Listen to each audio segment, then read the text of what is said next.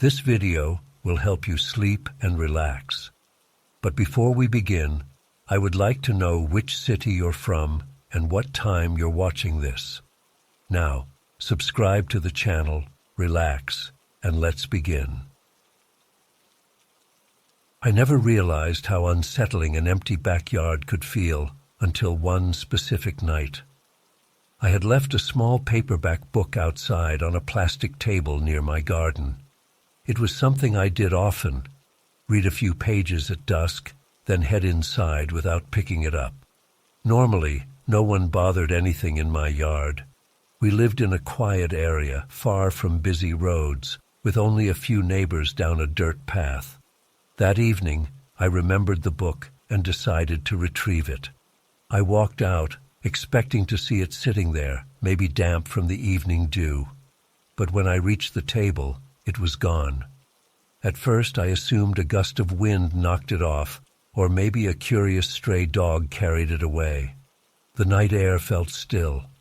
The sky was partly overcast, so the moonlight was weak. I had only a small flashlight in my hand. I scanned the ground around the table, then checked under the plastic chairs. There was no sign of the book. I felt a twinge of annoyance. I thought maybe I had put it somewhere else and simply forgot. Still, I had a nagging urge to keep searching. I crossed the lawn to look by the row of hedges that separated my yard from a stretch of thin woods. I heard only the mild rustle of leaves in the breeze. No footsteps, no animal noises. I moved the flashlight beam across the ground. I saw nothing that looked like a missing paperback. I stepped closer to the tree line, feeling the grass brush against my ankles. My skin prickled, and a small knot formed in my stomach. It wasn't fear of wild animals or criminals. We hardly had break-ins out here, and the biggest concern was usually a lost deer or a passing fox. But something about the silence felt too complete, as if the night was holding its breath. I took another few steps, feeling my pulse pick up. There was a mild sweat on my palms. I shone the flashlight into the woods. The trunk of each tree looked the same in the weak beam. The flashlight batteries weren't strong, so I could only see a narrow circle of light. I turned my head to listen. I heard no twigs snapping, no voices. But I had that prickling sense that someone might be standing in the darkness, watching me. I spoke to myself quietly, telling myself I was imagining things. Then I took one more step into the wood's edge, shining the light at the ground. I saw only damp leaves and scattered branches. I called out, "Anyone here?" My voice sounded brittle, and I instantly regretted breaking the silence. The quiet that followed felt more suffocating than before. I turned around and began walking back to the house. My steps felt heavy, like the grass clung to my shoes. I forced myself not to look over my shoulder. My chest felt tight, and I noticed I was breathing a bit too fast. I closed the back door behind me and locked it, which I rarely did so early in the evening. I stayed near the door, listening for any noise outside, but I heard nothing except the faint hum of my refrigerator in the kitchen. As I stood there, I realized how tense my shoulders were. I tried to relax. I told myself I'd likely dropped the book somewhere else that day and forgot about it. Yet I couldn't shake the sense that I wasn't alone out there. I tried to read another book to distract myself, but I found I was staring at the pages without absorbing any words. After a few minutes, I set the book down and moved to a window that faced the backyard. Through the thin curtains, I could make out a portion of the dark yard. There was enough light from a distant street lamp to see the outline of the plastic table. Nothing moved, and I didn't see any shapes or figures. I started to feel silly for letting a missing book unnerve me. Still, a wave of unease settled in my gut. My mind returned to that quiet patch of woods and the sense of being watched. I rubbed my temples, trying to push the thought away. Eventually, I shut off the main lights and went to my bedroom. I couldn't stop myself from peeking out the window one last time. Again, the yard looked calm. My heart rate slowed a bit as I convinced myself it was nothing. I slept lightly that night. I woke up at every small noise, the air conditioner's hum, a car in the distance, the creak of the wooden porch steps caused by settling wood. Each time, I felt my pulse drum in my ears. By morning, I felt exhausted. I checked outside in the daylight. Nothing seemed out of place. The yard looked normal, and I guessed I had overreacted. I told myself that maybe some animal grabbed the book, or I'd misplaced it. Days went by, and the unease faded. Then one evening, I was heading out to my car after dinner. I needed to drive to a small market a few miles away. The sky was dark, but not pitch black. Streetlights along the main road cast a faint glow. While walking to my car, I scanned the yard out of habit. My eyes lingered on the edge of the woods. Something about those trees gave me that same uneasy prickling on the back of my neck. I hurried to the driver's seat and shut the door. When I returned home, it was later, around 9. The air felt crisp, and the clouds had cleared enough that the moon lit parts of the yard. As I stepped out of the car, I paused. I thought I saw movement near the tree line. It wasn't distinct. I caught a glimpse of a shape, like a person standing still, then shifting slightly. My stomach tightened. A soft adrenaline rush hit me, making my legs feel a bit weak. I reached into the car and grabbed my flashlight again. I aimed it at the spot. The beam illuminated empty space between two trees. I didn't see anyone. I told myself it could have been a shadow. I made a point to walk into the house without running, but my chest felt tight. Every step felt slower and heavier. Inside, I locked the door. This was the second time I'd locked it preemptively in 1 week, which was unlike me. I set my groceries on the counter. My mouth felt dry, and I poured myself a glass of water. My mind was on the shape I thought I saw. I tried to decide if I had just imagined it. My arms felt tense, and my jaw was clenched. I forced myself to breathe in and out slowly. That night, I didn't sleep well. Around midnight, I thought I heard a faint crunch outside, like footsteps on gravel or dry leaves. I sat up in bed, heart pounding. The house was silent otherwise. I slid out of bed, moved to the window carefully, and peeked through the blinds. I saw only the dark outline of my yard. I couldn't confirm if anyone was out there.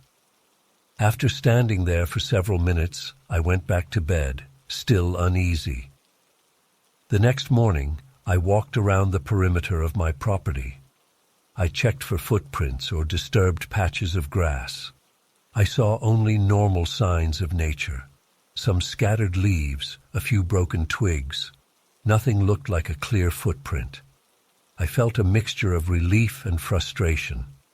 I knew I hadn't imagined that sense of being watched, but I couldn't prove anything. The following week I tried to stay focused on my usual chores. I cooked, did laundry, and kept the yard neat. I even set out birdseed to see if I could attract the local birds. Late one afternoon, I noticed the seeds were spread around, as if something or someone had disturbed the feeder. I saw a set of partial footprints in the soft ground near the feeder. They weren't huge, but they looked human, not like an animal's paw prints. That discovery caused my heart to thump hard. My skin went cold. The prints trailed off toward the woods. I felt a rush of fear mixed with anger. Someone was creeping around, possibly at night, maybe when I was inside. I took pictures of the prints with my phone, though they weren't very clear. I considered calling the local police, but what would I tell them? Someone might be snooping on my property, but I had no evidence of wrongdoing. No break-in, no theft aside from my missing book, which sounded trivial. Still, the idea of an unknown person lurking so close to my home made my insides twist. My hands shook a bit as I looked at the footprints. I took in a sharp breath, then walked back to the house, locking the door behind me. That night, I kept my flashlight and phone within reach. I sat in the living room with the lights off, watching through a window that gave a clear view of the backyard and a portion of the woods. My plan was to catch a glimpse of whoever was out there. Hours passed, and I saw nothing. I started nodding off around midnight. I shook myself awake a few times, but finally, at about 1 a.m., I couldn't keep my eyes open. I turned on the porch light and went to bed, feeling defeated and uneasy. A couple of days later, I lost power during a thunderstorm. It was around dinner time. The house went dark, and I lit a few candles. The storm passed quickly, but the power stayed out for a while. The air felt thick and stale, and I was on edge. I decided to step outside onto my covered porch to get some fresh air. The drizzle had subsided, leaving the yard wet. The trees swayed gently.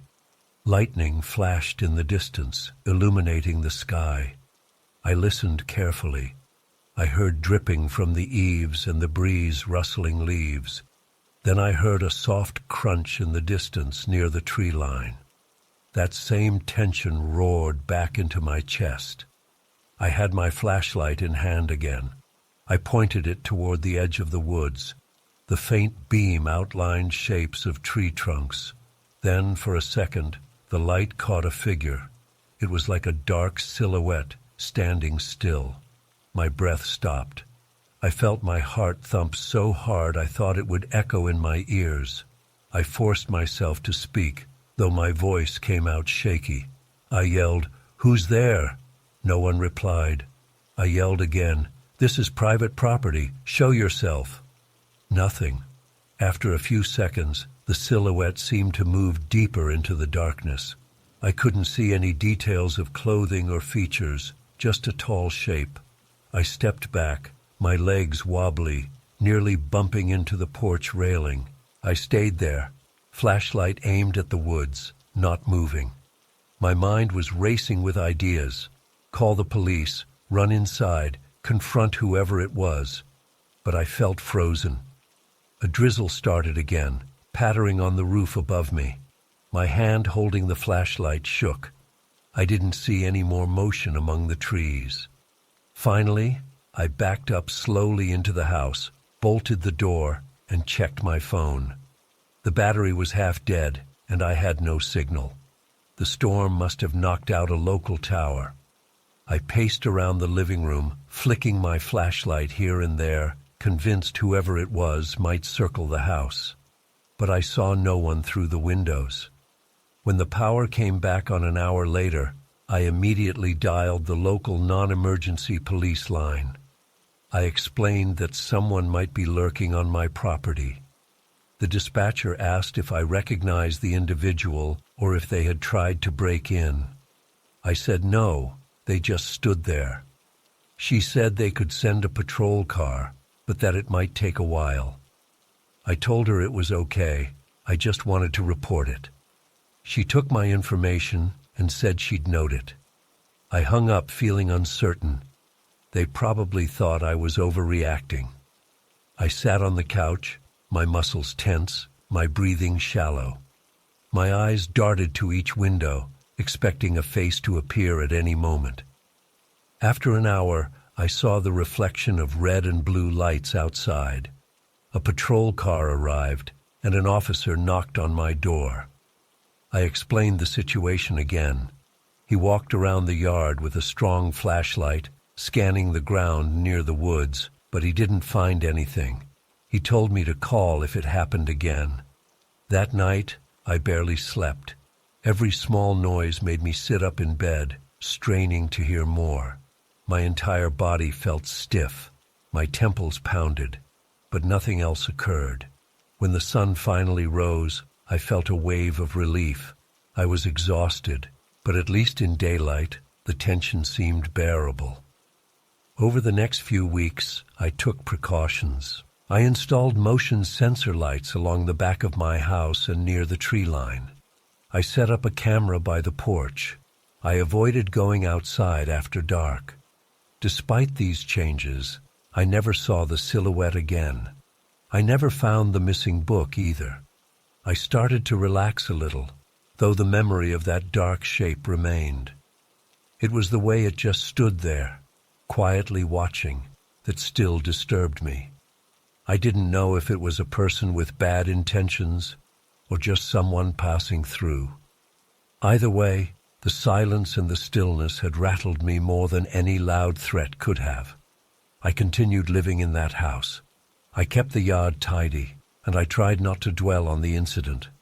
But some nights, I paused before turning off the lights, wondering if that figure might come back. My skin would grow cold with the memory of seeing that shape in the flashlight beam. In time, I learned that feeling safe can vanish without a single word being spoken. Even an empty yard can feel suffocating if you're convinced someone is standing in the dark, watching every move.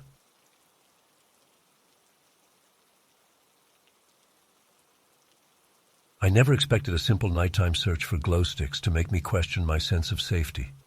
Our group of adults arrived at a remote camp facility for a weekend of recreation and relaxation. We had a few buildings, a large dining hall, and several smaller cabins near an area with tall grass and scattered trees. The camp's organizers wanted us to unwind, so they suggested we split into pairs and look for these glowing markers they had placed around the grounds. It sounded like a light-hearted activity, something to break the routine. When we set out, we each carried a small flashlight. The plan was to see who could gather the most glow sticks in an hour. The group spread out in different directions. I paired up with a friend named Kevin, and we decided to check around 2 old buildings on the far side of the property. The buildings looked abandoned, with boarded-up windows and peeling paint. We joked that maybe we'd find spiders the size of dinner plates, but we felt safe enough. It was a clear night, with a gentle breeze stirring the grass. As Kevin and I circled the first building, we found a few glow sticks stuck in bushes or tossed on window ledges. I remember noticing how quiet everything felt. Aside from our footfalls and the soft chatter of others in the distance, there wasn't much noise. No birds, no insects, just an occasional rustling of leaves. I flashed my light over a broken window frame and spotted a glow stick on the windowsill. Kevin grabbed it. We heard laughter echo from another group somewhere behind us. I glanced at my watch. Maybe 15 minutes had passed since we started. We moved on to the second old building. This one looked more worn, with a sagging roof and a padlocked door. Again, we circled it, shining our flashlights into cracks and corners. Kevin noticed something behind a loose plank of wood and reached for it. It turned out to be another glow stick. We celebrated quietly, determined to find as many as possible. Then we heard footsteps on the other side of the building.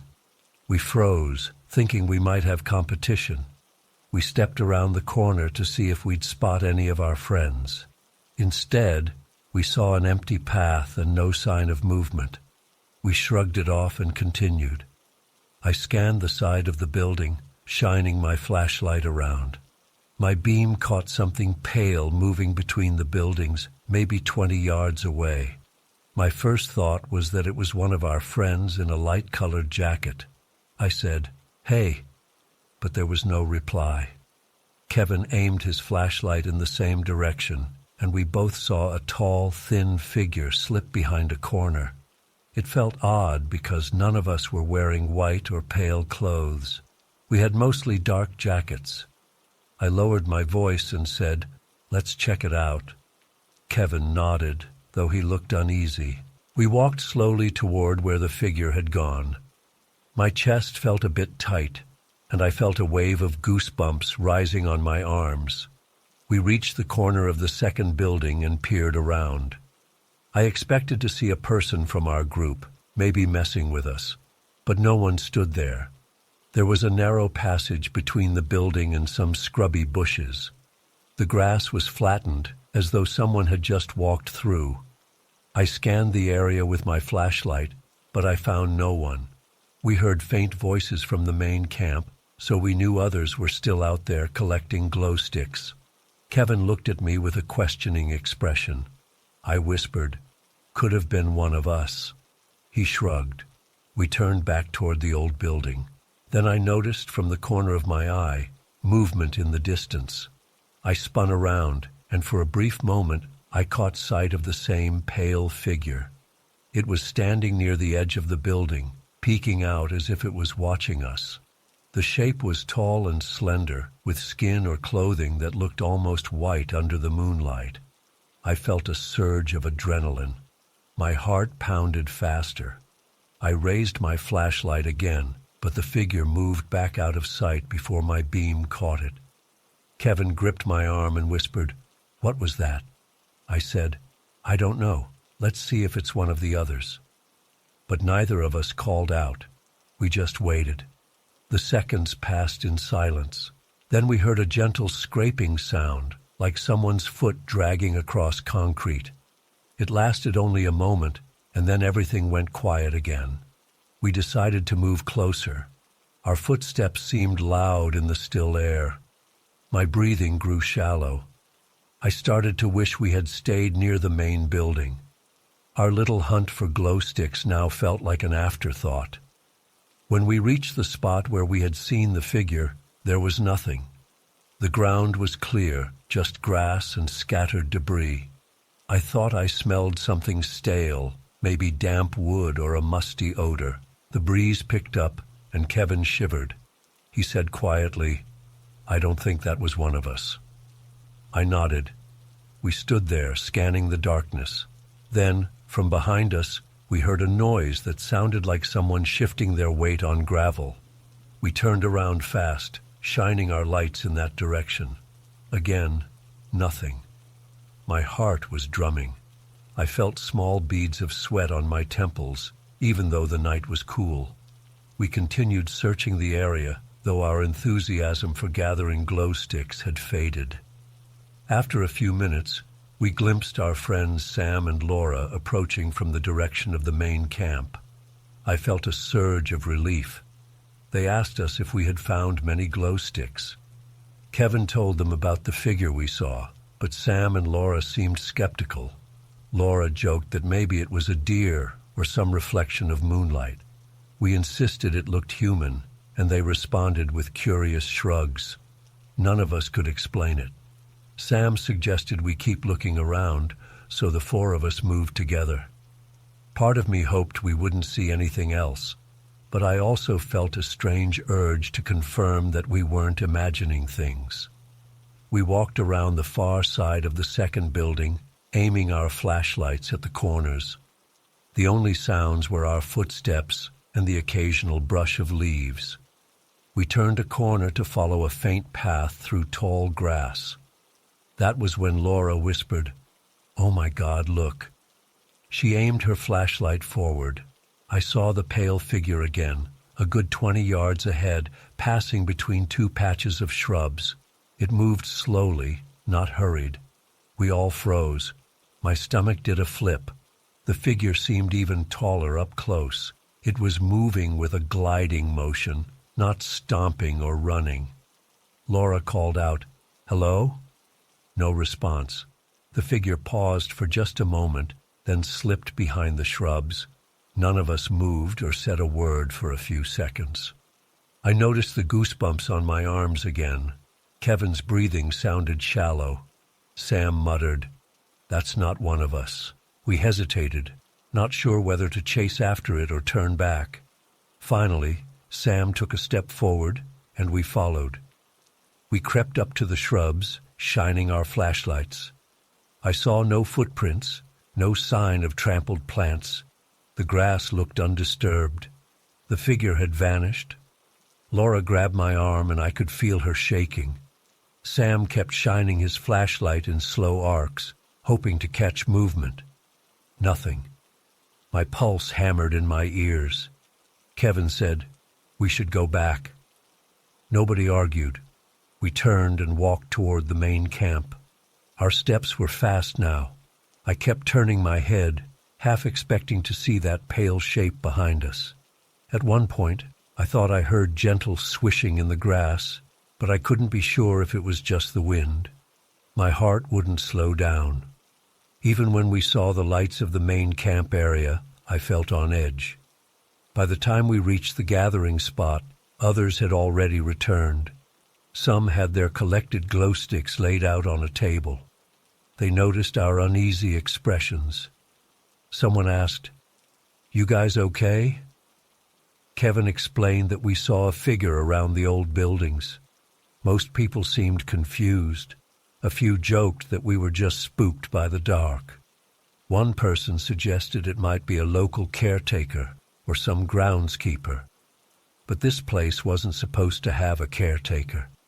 The camp facility managers had left for the evening, expecting us to handle ourselves. We spent the next hour in low chatter, sipping water or soda, trying to shake off that feeling of being watched. A few members of the group volunteered to go check. They returned later saying they didn't see anything. That made me doubt my own senses, but I knew what I saw. Kevin, Sam, and Laura all confirmed it. Something pale and tall had been moving around those old buildings, watching us without making a sound. That night, I struggled to sleep in my assigned cabin. The bunk bed felt cramped, and the thin walls did little to block out nighttime noises. I kept replaying the sight of that tall figure gliding behind the bushes. Every time I closed my eyes, my mind conjured an image of it standing just outside the cabin.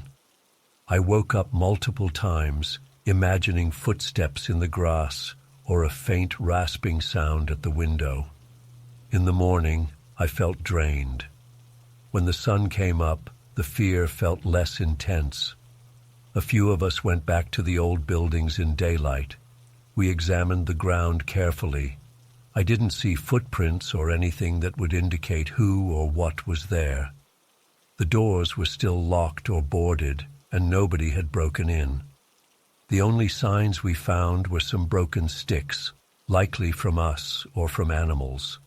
Still, the memory of that pale shape lingered in my mind. We spent the rest of the weekend mostly near the main part of camp. Whenever I passed the older buildings, I felt a tug of unease. I remembered that figure pausing, almost as if it was studying us. My body tensed up whenever I thought about it. At night, we stayed by the fire pit, telling lighter stories. Even then, I occasionally scanned the darkness beyond the circle of light, half expecting to see that silent presence again. On our last day, I talked quietly with Kevin. We tried to list possibilities. Maybe it was a trick of the light, or a person from a nearby property. But we couldn't explain why someone would remain silent, slip around corners, and not respond to our calls.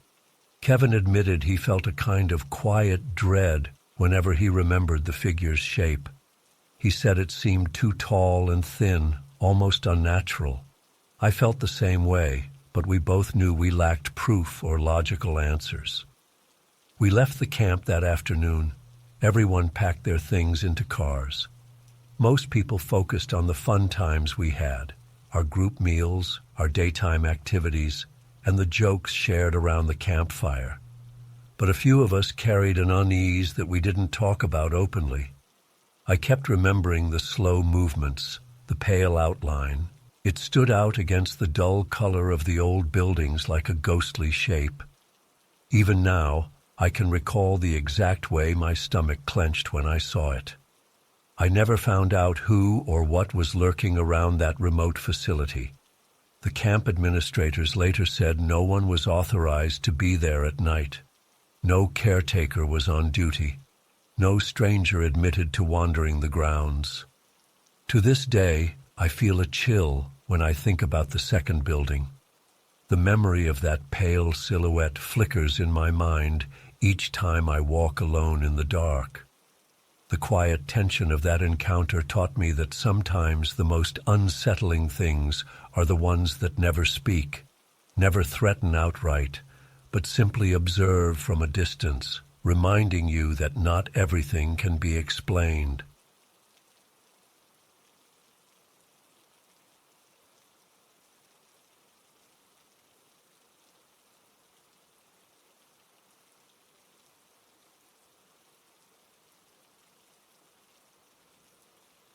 I never expected a casual online game to turn into such a persistent intrusion in my life. When I joined that strategy game community, it seemed friendly. People chatted about tactics, shared screenshots, and offered advice. I felt comfortable there. I used a nickname that didn't reveal much about me. I wanted to keep things simple. At first, it worked.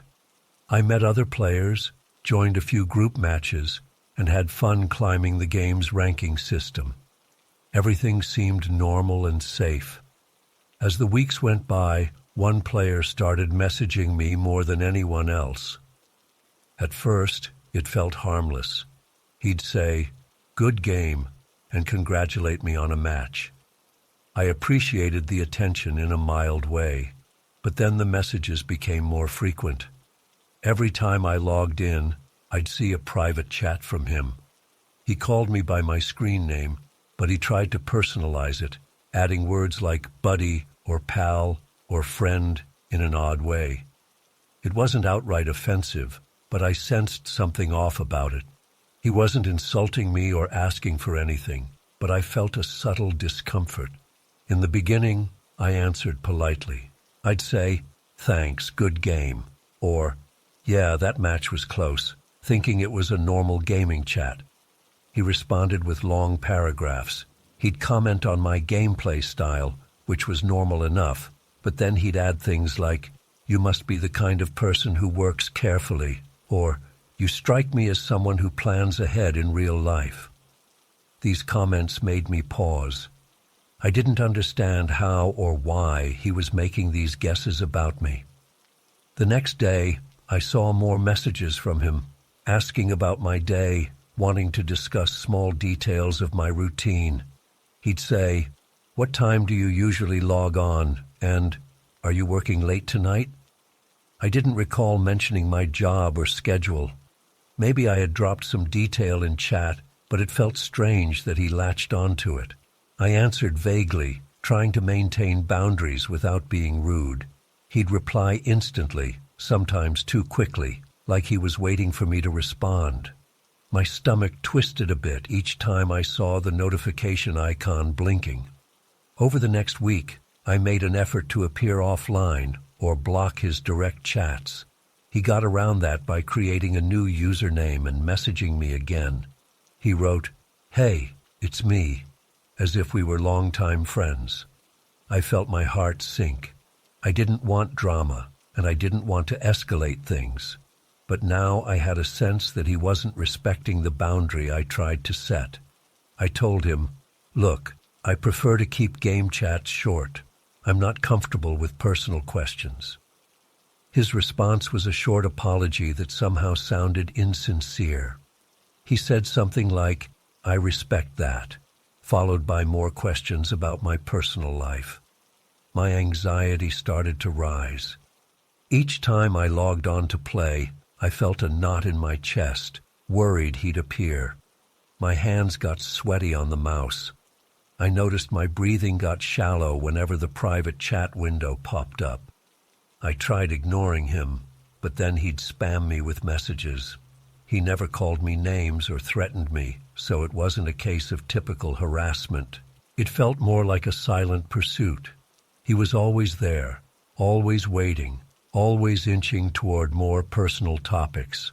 He'd say, "I noticed you like playing on weekends. What else do you do then? Where do you usually go?" I asked a few people in the game's chat if they had dealt with him. Some shrugged and said he was probably lonely. Others hadn't noticed him at all. I considered just quitting the game, but part of me was stubborn. I liked playing, and I didn't want to feel chased away.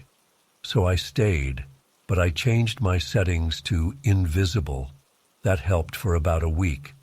Then I got a friend request from yet another new user with a suspiciously similar avatar. The moment I accepted, messages poured in. "Why are you hiding from me?" And "I can still see your matches." My chest tightened at that. I hadn't realized that match history was public. A few days later, an envelope arrived at my workplace, hand-delivered by the front desk. It was a plain letter inside. The handwriting was neat but didn't say much. It just referred to a conversation I'd had in the game's group chat about a local coffee shop. I nearly dropped the paper. How did he know where I worked? I never shared that in the game. A wave of cold went through my body. My heart pounded. My palms went clammy, and I felt my throat tighten. Someone in that online space had connected enough dots to figure out my location. I checked my past messages, trying to see if I'd ever mentioned my job or the company. Maybe I had slipped up. I scrolled through every line of chat. I couldn't find anything specific. I did mention once that I lived near a particular district, but it wasn't enough to pinpoint my office. At least, I thought so. I started to wonder if he had done deeper searching. My coworkers noticed my tense posture that day. I couldn't focus on my tasks, and my mind kept racing. I felt jumpy whenever my phone vibrated. That night, I logged onto the game under a new account I created. I used a different email and a slightly altered username, thinking I could hide. I played quietly, ignoring friend requests. Within 2 days, I got a direct message on the new account. "Why'd you change your name?" My heart dropped. I felt a rush of heat through my chest. How was he tracking me? I typed back, "Who is this?" He replied with a winking face and a statement. "I know you. You can't hide." I froze. My mouth went dry. I started shutting off the game more often, but that alone didn't calm my nerves. Every time I walked to work, I scanned the street, worried someone might be watching me. My sleep got worse. I woke up multiple times at night, checking my phone to see if any new strange messages had appeared. Whenever my phone chimed, my muscles tensed. I told one friend about the situation, but she said, "He's just a weird gamer. Don't let him scare you." I tried to believe that, but the letter at my workplace told me this was more than just someone being weird online. A few weeks passed without any new real-life incidents. My nerves settled a little. I kept my phone on silent to avoid jumps. Then, one morning, I found another note at my office's front desk. This time it said, "Hope your big meeting went well," referencing something I had mentioned vaguely in a different game chat. That was the final straw. I felt my stomach clench so hard it hurt. My face felt hot, and my limbs shook. I realized I could not handle this alone. I went to my supervisor and explained I was receiving creepy notes. He recommended I file a complaint somewhere, maybe talk to the building's security. The security guard told me they couldn't do much unless there was a direct threat or evidence of someone trespassing. That left me feeling helpless. I considered changing jobs or moving apartments, but that seemed extreme. Instead, I stopped logging into the game, changed all my online passwords, and removed every bit of personal information I could find online. I checked my social media and made everything private. I wanted to disappear from his radar. For a few days, I stayed offline. My stress level remained high, but no new notes arrived. My phone was quiet. I let myself believe that maybe he'd get bored. Maybe my sudden disappearance would make him lose interest. But the anxiety didn't vanish overnight. Each time I walked to my car, I glanced around the parking lot. My heart would flutter if I saw someone in a hoodie or someone with a phone pointed in my direction. I couldn't be sure I wasn't being watched. Months later, I still felt uneasy, but the letters had stopped. I used different emails and accounts for everything. I never used the same username in online games. Whenever I joined a new game, I avoided friend requests from strangers. If someone tried to get too close, I blocked them immediately. I also adopted a habit of checking the rearview mirror often while driving. My shoulders remained tense even when I was home alone. I hated that feeling. It was like I was always braced for something else to happen. Over time, the tension eased a bit. I tried to enjoy normal life again, going out with friends, chatting casually about random topics.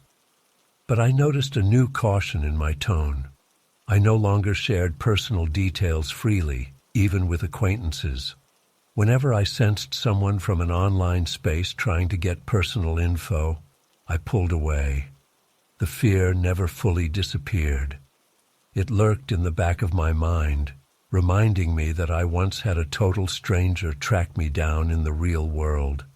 I never found out who exactly he was, how he discovered my workplace, or what he really wanted. Part of me wondered if he was just lonely, trying to connect in a twisted way. But the lengths he went to, creating new accounts, sending cryptic letters, referencing my schedule, showed a kind of obsessive behavior that felt dangerous. No explicit threats were made, but the psychological pressure was enough to keep me awake at night. Eventually, I told a few more people about my experience. Some thought it was bizarre but didn't see it as a big deal. Others gasped and said they'd be terrified. My close friends advised me to never play that game again, and I haven't. I still get a chill sometimes when I think about how easily someone can blur the lines between an online forum and real life. All it took was a handful of random details, and he managed to pinpoint my location. Now, I rely on strict privacy settings and caution in online interactions. No matter how friendly a gaming community might seem, I keep my guard up. I learned the hard way that danger doesn't need to arrive with loud threats or dramatic stunts. Sometimes it's just a silent persistence, an unnerving presence that seeps into your daily life until you realize you can't ignore it anymore. My story ends with me quietly logging off for good. I still feel the echoes of that tension whenever I think about sharing personal details online. But at least I reclaimed my peace, one changed username and locked door at a time.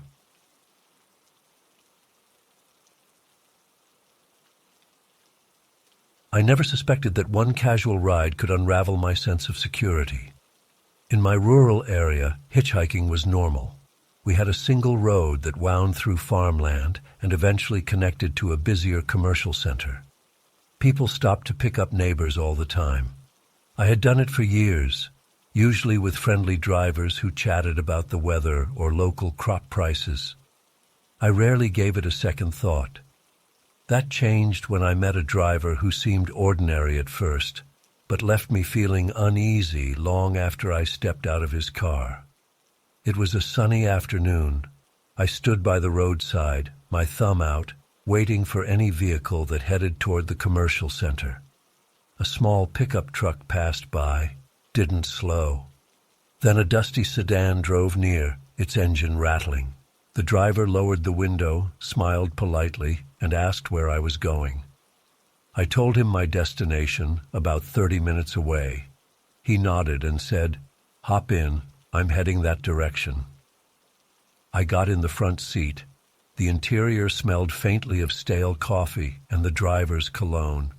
He was an older man, maybe in his late 40s, with a calm demeanor. I thanked him for the ride. He responded with a small laugh and said, "No problem." We set off along the winding road. At first, our conversation was harmless. He asked if I lived around there. I said yes, mentioning that I usually hitched a ride to do errands in town. He commented on how beautiful the area looked this time of year, how the fields looked healthy and green. His voice was soothing, and the situation felt normal. Within a few miles, though, the conversation shifted. He started asking questions about me, where I worked, what my schedule was like, which grocery store I preferred. His tone stayed calm and polite, but the questions came in rapid succession. I tried to give vague answers, not wanting to share too many personal details. He nodded, as if he was analyzing my responses. I felt a small knot form in my stomach, but I reminded myself that some people are just chatty. After about 10 minutes, I noticed him glancing at my clothes.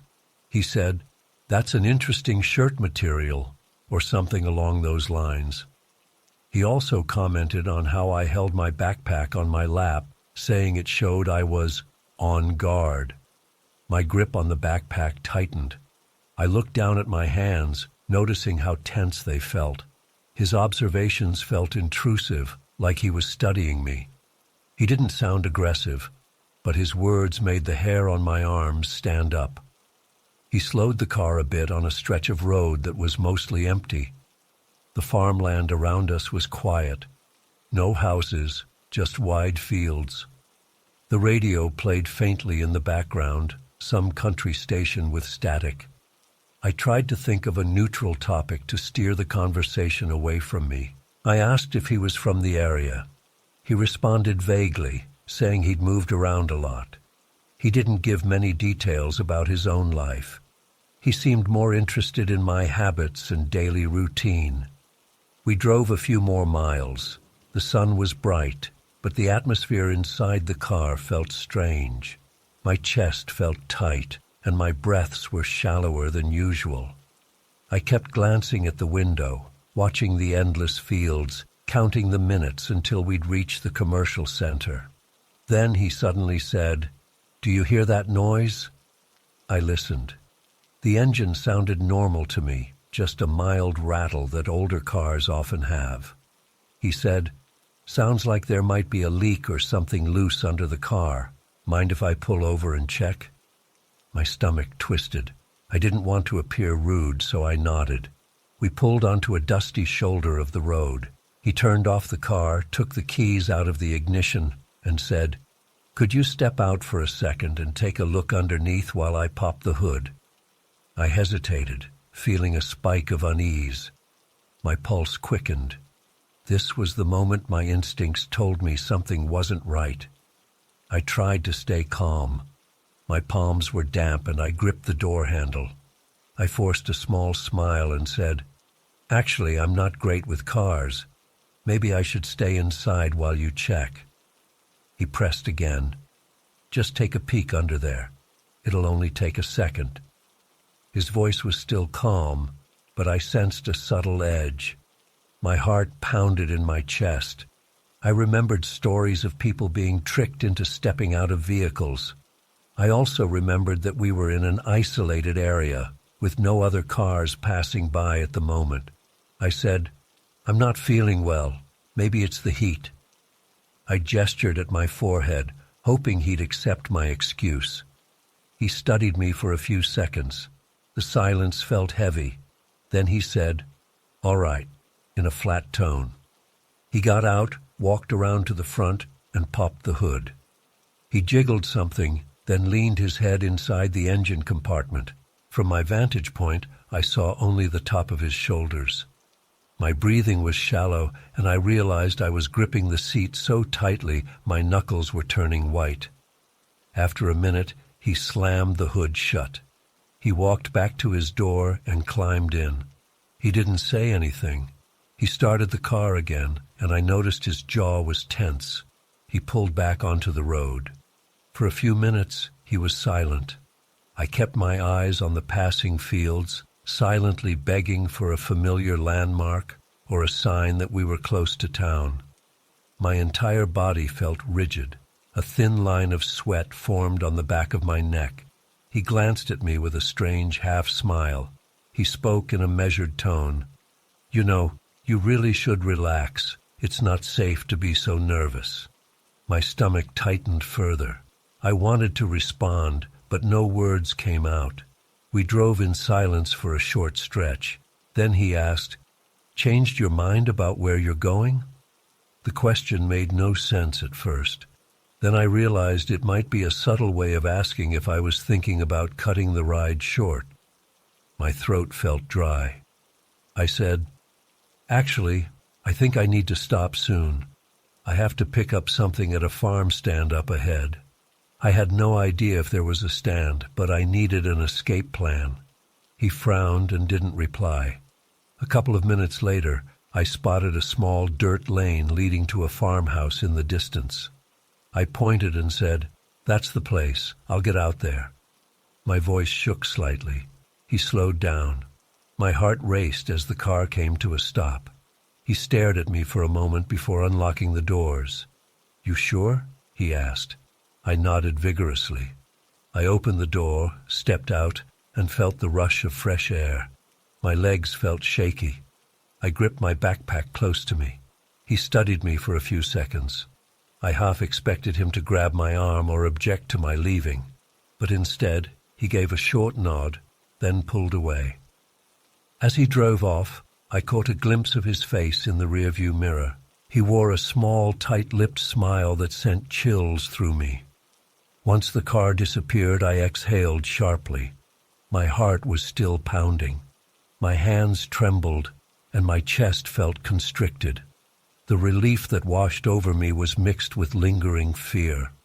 I stood by the dirt lane for a few minutes, just trying to steady my breathing. Eventually, I walked toward the farmhouse, hoping I could use their phone or at least be near someone. I passed a few rows of crops, my knees still weak. When I approached the farmhouse, I noticed a woman stepping out onto the porch. I waved, trying to appear calm. She looked puzzled but waved back. I explained that I needed to make a quick call. She seemed concerned and let me use her phone. I called a friend who lived a few miles away, asking if he could pick me up. He agreed, though he sounded worried about why I ended up at a stranger's farm. I didn't give details, just said I got an uneasy ride and decided to get out. The farmer's wife offered me a glass of water. I thanked her, gulped it down, and tried not to show how rattled I was. She asked if anything was wrong, but I only shrugged. "Just wanted to be safe," I said. She didn't push. After about 20 minutes, my friend arrived in his old truck. I thanked the woman, then climbed into my friend's passenger seat. He asked me a few questions about what happened. I gave a brief account. My voice still shook a bit when I described the driver's strange insistence that I look under the car. My friend's brow furrowed and he said, "You did the right thing getting out. That's weird behavior." We drove off, heading toward the commercial center. I felt the tension in my shoulders gradually loosen, but my mind kept replaying the man's questions about my personal habits, how he'd studied my clothing, how he'd insisted I step out of the car on an empty road. It all felt like a puzzle I didn't want to solve. My friend dropped me off at the grocery store. I forced a smile, thanking him again for rescuing me. He nodded, gave me a pat on the shoulder and said, "Be careful, okay?" For a while after that, I avoided hitchhiking. Whenever I did need a ride, I stuck to neighbors I knew well or waited for the bus, even if it meant a long wait. The memory of that man's calm tone and penetrating stare stayed with me. I caught myself scanning the faces of passing drivers, wondering if he'd come back for some reason. Nothing else happened. I never saw him again, but the fear lingered in the back of my mind. Even now, if I remember that day, I feel a slight tension in my chest. I imagine how differently it could have ended if I had stepped out of the car when he asked. I have no proof he intended harm, but my instincts screamed that something was off. That alone was enough to convince me to be more cautious. Now, I never get into a stranger's car without thinking through the risks. Even if everything seems normal, a small voice in my head reminds me of that calm, friendly smile and the uneasy silence that followed. Looking back, I'm grateful I listened to my gut. I didn't need a flashy warning sign or a violent threat to sense danger. Sometimes it's just a shift in tone, a series of questions that feels too personal, and a tension you can't quite name. That day, I learned how important it is to trust that inner voice. I still live in that rural region, and life goes on. But whenever I head down the road, I keep my eyes open. A sense of wariness guides me, reminding me that not every driver with a polite smile is as harmless as they appear.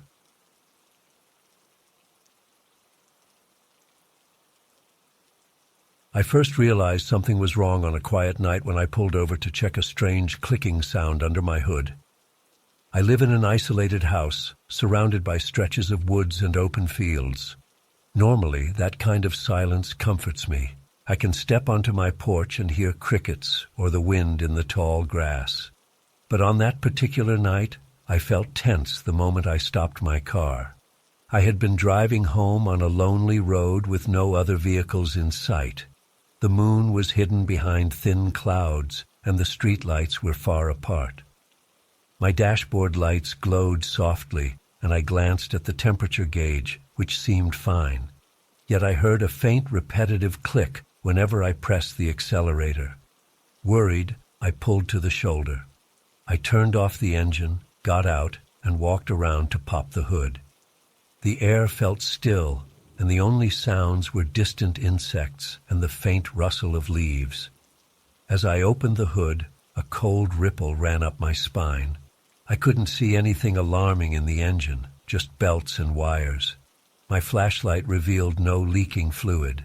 Still, I felt uneasy, like someone might be watching me. I tried to calm myself by focusing on each step, shine the flashlight, check the coolant, check for any loose cables. But my pulse got faster. The night was too quiet, as if the usual background noise had dropped away. Then I lifted my gaze across the empty road. Standing on the opposite side was a silhouette. My heart skipped a beat. There were no clear features, just a human shape. No visible face, no sign of clothing details. They didn't wave or shout. They just stood there, still, as though waiting. My hands tensed around the flashlight. The beam wasn't strong enough to reveal a face or even confirm if the figure was male or female. I swallowed hard. The person did nothing threatening, but something about that motionless posture triggered a deep dread in me. My legs felt heavy and my mouth went dry. I forced myself to look away, pretended to check a wire in the engine. I thought, what if I'm overreacting? Maybe they need help. But I couldn't bring myself to call out. My breathing got shallow, and I felt a slight tremor in my arms. After a minute or so, I decided I'd had enough. I slammed the hood shut, moved back toward the driver's seat, and got in. My palms felt damp on the steering wheel. When I started the engine, I glanced out the window. The figure was still there. Their head tilted a bit, as if acknowledging I was leaving. I felt a jab of raw anxiety in my gut. I pulled away, driving slowly until I merged back onto the road. In my rearview mirror, the silhouette remained at the same spot. I pressed the gas a little harder, wanting to put distance between us. I reached my driveway 10 minutes later, heart still pounding. My house was dark except for the porch light I always leave on. I locked the car, went inside, and locked the front door right away. Normally, I wouldn't have been so jumpy, but my nerves felt shot. I tried to tell myself that maybe it was just a person strolling at night, but the image of that motionless shape stayed with me. That night, I barely slept. I kept replaying the scene in my head. A few days later, I drove to a distant neighbor's place. He lives about 2 miles away, and we're friendly enough to share small talk and coffee sometimes. I mentioned seeing someone by the roadside. He frowned and said he'd heard rumors of strangers roaming around these parts. No direct violence or property damage, just odd sightings. People reported seeing silhouettes near barns or close to livestock pens at night. Some had found footprints or half-smoked cigarettes in spots that made no sense. My neighbor shrugged, saying it was probably a drifter or someone curious about old farms. Still, a chill settled in my chest. The memory of that silent figure felt heavier. Over the following weeks, my life kept a normal rhythm during the day.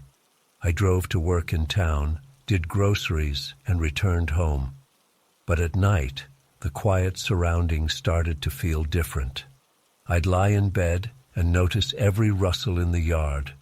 I heard twigs snapping, though it might have been deer. The wind against the siding made gentle scrapes that I never paid attention to before. Now, each noise sounded like possible footsteps. My heart would race, and I'd strain to hear more. Nothing obvious followed, but the tension grew. I began double-checking my locks. I stopped taking evening walks near the tree line. If I had to put out the trash after sunset, I moved quickly, scanning the property with a flashlight. My throat would tighten if I spotted anything that looked out of place, like a broken branch or footprints near the porch. I couldn't confirm if someone was actually snooping around, but the possibility lingered in my mind. One evening, I stepped outside to grab something from the car. It was close to midnight, and the sky was cloudy again. As I unlocked the driver's door, I thought I saw movement at the far edge of my yard. I froze, heart thumping. I aimed my flashlight. The beam cut through tall grass, revealing nothing but dark shapes of hedges and shadows. My pulse hammered in my ears. I listened for a full minute, feeling my hand tremble on the flashlight. Silence. No sign of a person. I told myself it was my imagination. A few days later, I visited another neighbor about a mile down the road. She mentioned hearing about trespassers who'd stand at the edge of fields. No break-ins, no harm done, just silent watchers. She seemed more annoyed than afraid, as if these were kids playing pranks. But for me, the dread kept building. I kept remembering that lonely road and the tilt of that person's head, as if they knew I was scared. 1 week after that, I woke up early on a Sunday to do some yard work. I found a broken branch near my back fence. I also noticed a few footprints in the soft dirt near the garden. They weren't super distinct, just partial outlines. Could have been a farmhand or a random visitor, but the sight made my chest feel tight again. The footprints led toward the fence and vanished where the grass thickened. I let out a shaky breath, trying not to panic. I reminded myself that footprints are normal in a rural area. Maybe someone crossed my property on their way elsewhere. Still, the tension stuck. My car's headlights seemed to catch glints in the darkness whenever I returned home late. I spotted them once in the distance, could have been the reflection of an animal's eyes. But every time, my scalp prickled and my hands tensed on the steering wheel. I started turning off the radio at night to listen for any sounds outside. Sometimes I'd hear a soft crunch on gravel, but it might have been the house settling or the wind pushing debris across the driveway. Logic told me not to assume the worst, but my body reacted with goosebumps and a pounding heart. One night, I decided to leave a light on in the kitchen, hoping it would deter anyone lurking outside. I stayed up reading at the table, occasionally peeking through the window. The yard looked empty, except for the silhouette of my car and the vague shapes of trees. Around midnight, I heard a faint thump near the side of the house. It sounded like a hand tapping the wall, or maybe a branch hitting the siding. I nearly jumped out of my chair. I grabbed my flashlight, rushed to the side door, and flicked on the outside light.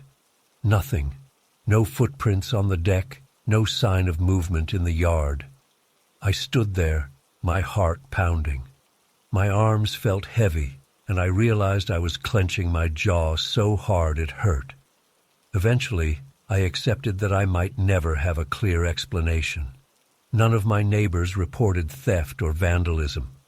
Local rumor said a few travelers passed through, sometimes exploring abandoned sheds for shelter. But it didn't explain that motionless figure on the road, or why I felt targeted by someone's gaze. I started thinking that maybe the real fear was the unknown. The idea of someone out there, watching from the dark, carried a weight that pressed on my shoulders each evening. Over time, I tried to adjust. I installed new locks on my doors and put a motion-activated light near the back fence. On a few occasions, the light turned on unexpectedly at night, but I never caught anyone in the act. That repeated pattern kept me on edge. My mind spun scenarios of a stranger testing my boundaries. Every normal rural sound, branches snapping, night animals scurrying, became a potential sign of intrusion. Despite all that, nothing concrete happened.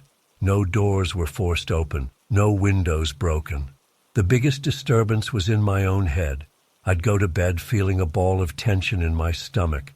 I'd dream of shapes moving in the trees, only to wake up and find everything quiet. My routine continued, but the peaceful atmosphere I once loved about my isolated home was gone. I longed for a sense of ease, but I couldn't recapture it. After several months of this mild paranoia, the sightings and noises seemed to taper off. I heard fewer rumors about strangers. My neighbors said they hadn't noticed anything odd lately. The new postman hadn't seen suspicious people either. I started to relax a bit, though I never fully let my guard down. My flashlight remained by the front door. I still kept the outside lights on whenever dusk fell. I learned a hard truth during that period. Fear can settle into your daily life without any dramatic event taking place.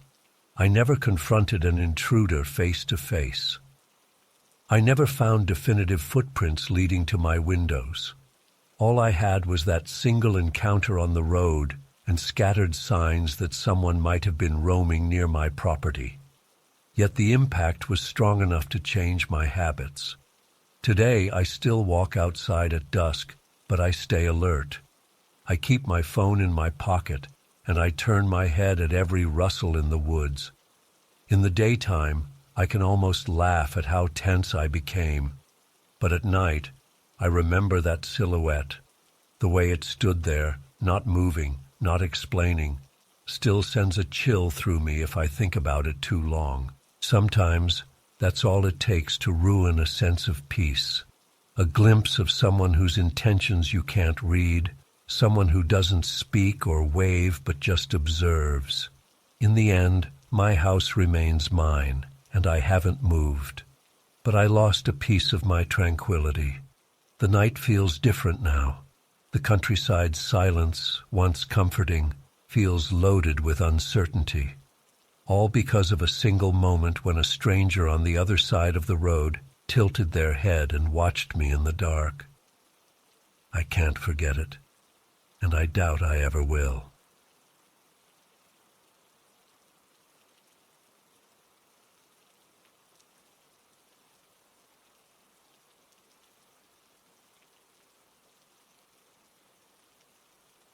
I never expected a summer retreat for adults, designed for quiet relaxation, to make me feel so exposed.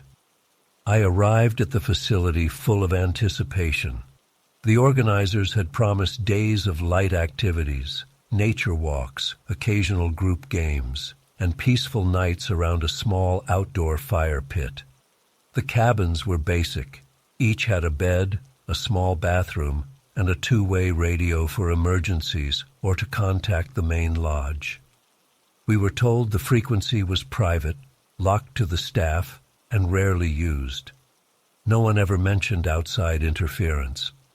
On the first night, everything went according to plan. A few of us gathered by the fire pit after dinner, talking in low voices and sipping warm drinks. I felt the soft glow of the flames on my face. I noticed other participants drifting back to their cabins, the evening air heavy with that calm mood retreats aim for. After a while, I walked back to my own small cabin. I switched on a small lamp by the bed, changed into comfortable clothes, and settled in. The radio by the nightstand remained silent and dull, exactly as expected. The second night brought the first sign of something unusual. Around midnight, I was half awake, flipping through a magazine by the dim reading light. I heard a burst of static from the radio. I straightened, thinking maybe there was an announcement, like an upcoming storm warning or a message about a schedule change. Instead, a voice came through, neutral, soft, and oddly slow. It didn't say a clear greeting. It just started talking about how appearances can be adjusted and small changes can alter perceptions. The words didn't sound hostile, but they were unsettling. There was a controlled calm in the speaker's tone that raised the hairs on my arms. I pressed the transmit button to ask who was speaking. No response. The voice continued a steady monologue, talking about the importance of little details, how changing a hairstyle or wearing a certain color might shift how people see you. My heart began to pound. This wasn't staff. None of the employees I'd met had a voice like that. Also, the staff didn't just go on tangents about personal appearance. My mouth went dry, and I found myself hitting the transmit button again, trying to interrupt. Still, no reply. I felt a slight tremor in my fingers as I put the radio down. After maybe 3 minutes, the voice stopped mid-sentence. Then there was silence. I waited, thinking maybe someone else would respond. But the radio stayed quiet. I switched it off and on again. Nothing. I got out of bed, walked to the window, and peered outside. The retreat area looked empty. A couple of small lights illuminated the pathways. I didn't see anyone lurking around. I locked the cabin door and sat on the edge of my bed, trying to process what happened. My pulse was still rapid, and my skin felt clammy. It wasn't so much that the words were scary, they weren't violent or threatening, but the simple fact that a stranger had access to our private frequency made the back of my neck prickle. A retreat staff member had told us this radio system was closed. How would a random person stumble onto that frequency in the middle of a remote area? I tried to calm myself by thinking about radio interference or technical glitches. Maybe there was an odd overlap in signals, yet the content of the speech was too personal, too direct. I decided to mention it the next morning. At breakfast, I approached one of the organizers, a woman named Iris. I told her about the voice. She looked puzzled, saying the radios were all on a secure channel. Maybe, she suggested, it was static from a nearby radio tower. I insisted it sounded like a real person, using coherent sentences. She said she'd ask around. I took a seat with some of the other guests, but I only briefly mentioned hearing something strange. A few of them brushed it off as interference. One person joked that I'd dreamed it. My chest tightened in mild annoyance, but I let it go. That afternoon passed without incident. People spent time canoeing on the small lake, reading books under shady trees, or chatting quietly. I couldn't fully relax, though. My mind kept going back to that disembodied voice. I felt a knot of anxiety in my stomach. What if it returned? Later, I stood near the main lodge and observed the staff fiddling with their own radios. They seemed casual about it. No one looked alarmed. Iris gave me a reassuring wave. I walked away, feeling a bit silly for worrying. On the third night, I returned to my cabin around 10. I kept the radio on, volume low, curious if I'd hear anything. The hours passed. Nothing happened, and my eyelids grew heavy. I finally turned off the light and slipped under the blankets. Sometime in the early morning, A crackle jolted me awake. My breath caught in my throat. I strained to listen, but this time the radio was dead silent. I got up, switched on the small lamp, and reached over to confirm the dial. It was still on the retreat's frequency. My heart hammered in my chest, but I heard nothing else. Maybe I had dreamed the static. I tried to go back to sleep, but it took a long time. The next day, other participants mentioned hearing odd static overnight. One guy claimed he heard a low murmur but couldn't make out words. A woman said she felt uneasy, like someone was whispering through the speaker. I saw their anxious faces, and it validated my own experience. We compared notes. None of us heard a direct message that second time, but the sense of intrusion felt real. The staff kept insisting it had to be some outside frequency leaking in, maybe from passing truckers or a shortwave signal. That evening, a small group of us stayed up in the main lounge area, discussing our confusion. People shared theories, maybe local pranksters, or a glitch in the equipment. Some participants laughed it off. A few of us, though, had that tense posture, arms folded, voices hushed. I felt my shoulders ache from the constant tension. Eventually, we drifted off to our cabins, uncertain and uneasy. Once again, I settled in for the night. I left the radio on low volume, trying to brace myself for any weird broadcasts. The first few hours were quiet. Near midnight, my eyes felt heavy, so I dozed off in the chair. Then the voice returned. This time it wasn't just random statements. I heard what sounded like observations about people's clothing choices and mannerisms. It mentioned how some people at the retreat carried themselves differently in the mornings versus the afternoons. The voice sounded calm, almost polite, yet intrusive. I felt a rush of cold sweat. Could this person see us? Did they roam the grounds unnoticed? My pulse thumped in my ears. I grabbed the radio, pressed transmit. "Who are you? Why are you on this channel?" No answer. The voice kept murmuring in its gentle tone, describing trivial details about posture and hair color. I stood up, nearly knocking over the chair. My legs shook as I paced the small cabin, listening to each word, trying to catch any clue about who it might be. Finally, the broadcast stopped, leaving static for a second before going silent. I barely slept after that. My thoughts ran wild. I pictured someone hiding in the trees, scribbling notes on each of us, then using a hidden transmitter. But I had no evidence of that. The lack of any direct threat made it worse somehow.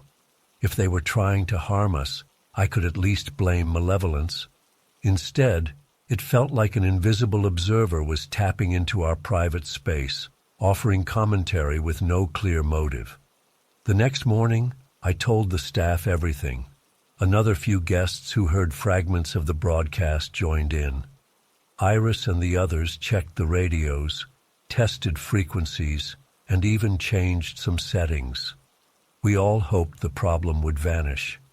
Most of the group went on with their retreat activities, but an undercurrent of tension grew.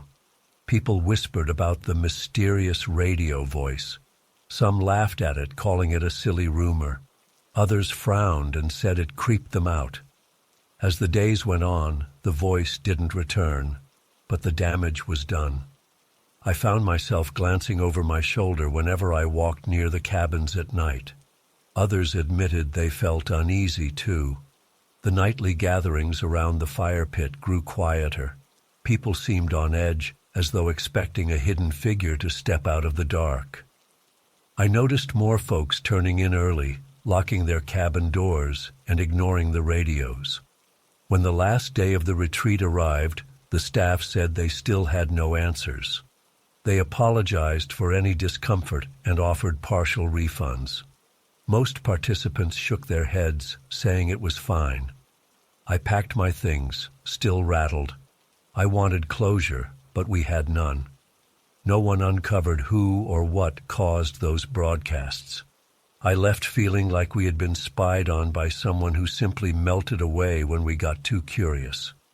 Months later, I still think about the calm cadence of that voice. It never yelled, never threatened, just spoke about details of appearance and demeanor as if it was quietly judging us. The lack of any direct confrontation made me feel even more unsettled. It was a reminder that fear doesn't always come with drama or violence. Sometimes it's just the knowledge that someone might be silently listening, analyzing every detail of your behavior, and speaking about it on a channel you thought was secure. To this day, I can't use a two-way radio without recalling the hush that fell over my cabin when the voice first drifted in. I remember the twist in my gut, the sweat on my palms, and the racing of my mind as I tried to figure out what was happening. It didn't matter that we never saw who it was or confirmed their motives. That simple intrusion was enough to reshape how I feel in quiet places, especially at night. I learned that even a peaceful environment can shift into something tense if you sense an unseen observer. And once you realize someone might be watching you in silence, it's hard to shake the feeling that they could be anywhere, waiting for the right moment to speak again.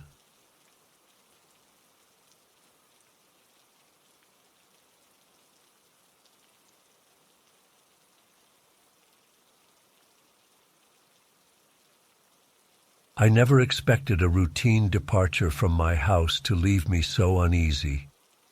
I had planned a quick drive to a small neighborhood store just a few blocks away. The sun was almost down, and the sky glowed with that last bit of evening light. I stepped off my porch, locked the door, and walked toward my car. The street felt quiet. I saw the usual row of street lamps giving off a faint yellowish light. My car was parked at the curb, about 20 steps from my gate. I heard a distant hum of traffic on a nearby avenue. Nothing seemed out of the ordinary. I approached my driver's door. That was when I noticed a figure standing on the sidewalk across the street. He wasn't doing anything dramatic, just standing there, looking in my direction. The person had a slightly hunched posture, and the lamplight didn't reveal his face clearly. I felt a brief chill, but I brushed it off as overthinking. Maybe it was a neighbor out for a walk. Still, I couldn't ignore the prickling at the back of my neck. I glanced at him a second time, hoping for a normal gesture like a wave or a nod. Instead, he stayed still, as if waiting. I unlocked my car door and sat in the driver's seat. My heart rate picked up a little, but I told myself to stay calm. After all, he hadn't moved or said anything threatening. I started the engine, turned on my headlights, and checked the rearview mirror. In that brief moment, I saw the figure step closer to the curb. His shape came into sharper relief under the street lamp, and I realized he was holding a long, thin object. It could have been a walking stick, but it looked heavier than that. My chest tightened, and I felt my stomach clench.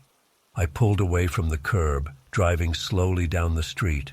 As I passed him, I glanced through the passenger window. He tilted his head slightly, watching me go. I couldn't see his expression, but the way he moved made me uneasy. There was no wave, no word, just a silent stare. I focused on the road ahead, my palms sweaty against the steering wheel. A slight tremor went through my arms, and I took a deep breath to steady myself. At the end of the block, I stopped at a stop sign and peeked at the mirror again. He was still there, taking a single step into the street, but not pursuing me. The traffic was non-existent, so I turned with a sense of urgency, my heart pounding. Once I was on the next block, I tried to shake off the tension.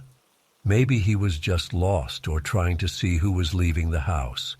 But the memory of him gripping that elongated object kept replaying in my mind. I reached the small store within minutes. The parking lot was half lit by a flickering fluorescent lamp. Normally, I would park, run in, grab what I needed, and leave in under 5 minutes. This time, I sat in the car for a moment, my mind stuck on the image of that stranger. My mouth felt dry, and I tapped my fingers on the steering wheel, trying to calm down. I finally turned off the ignition and went inside. The store was almost empty. A bored-looking cashier greeted me with a nod. I walked the narrow aisles, searching for the items on my mental list. As I placed them in a small basket, I noticed my hands were shaking slightly. A wave of frustration hit me.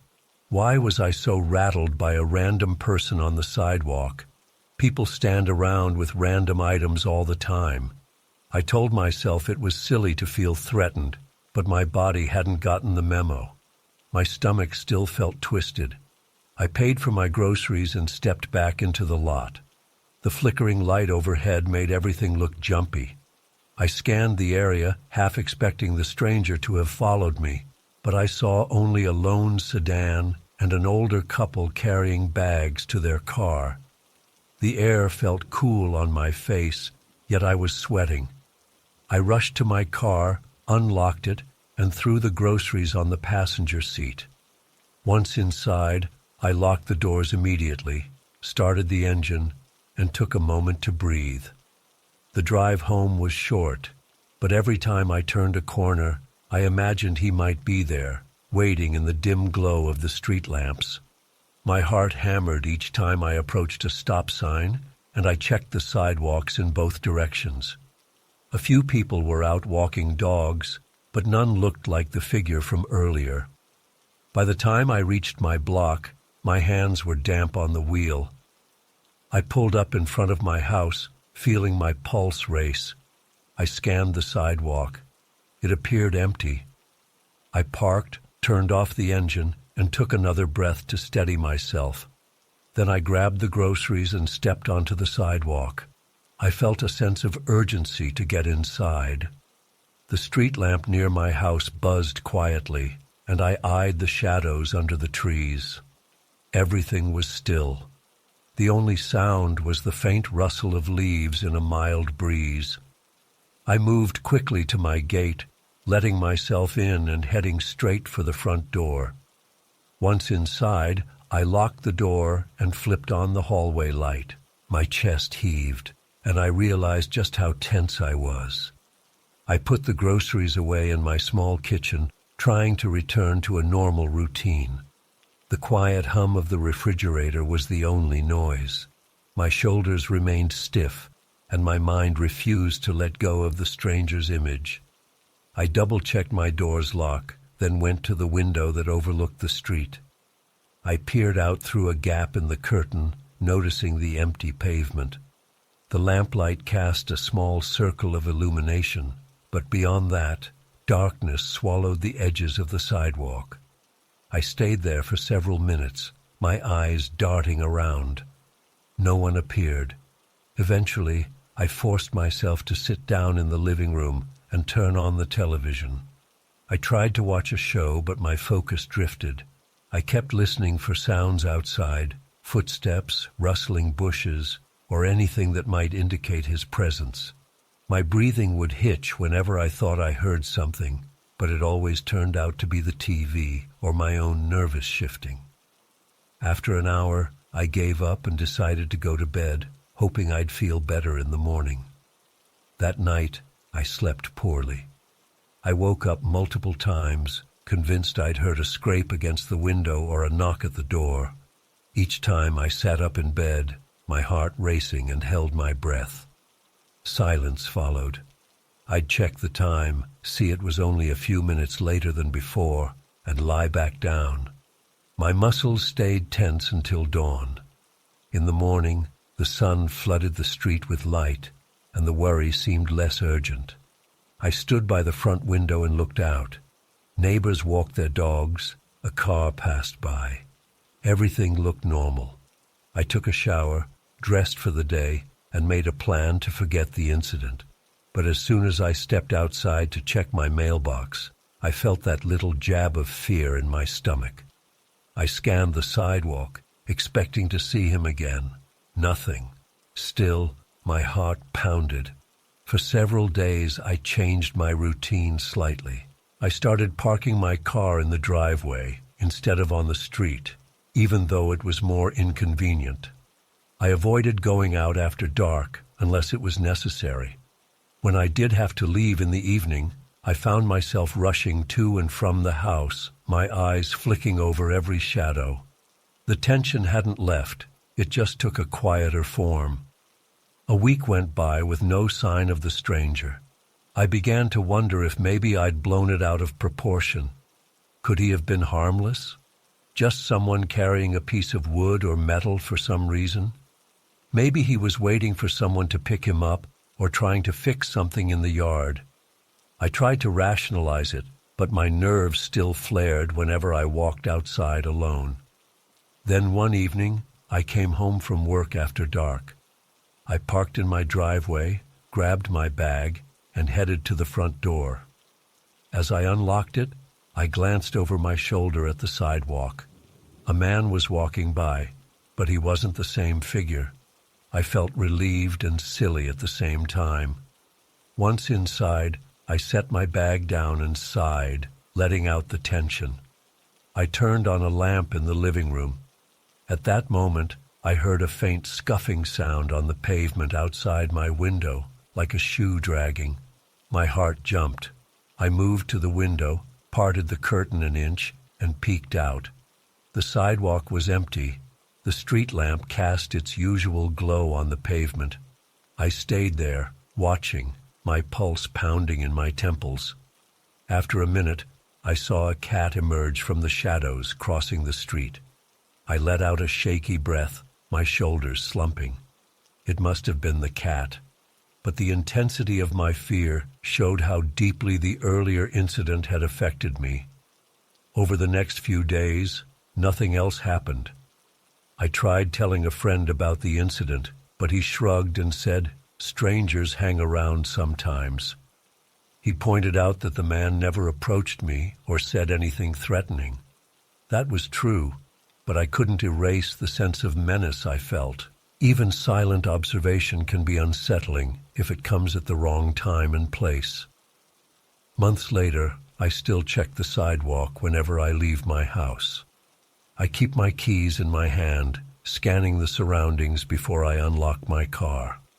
The memory of that motionless figure with the long object still sends a ripple of unease through me. He never reappeared, but the uncertainty of why he stood there watching me, holding something in his hands, lingers. I can't forget the way my stomach dropped when I realized he was staring directly at me, or the chills that ran through my arms when he tilted his head.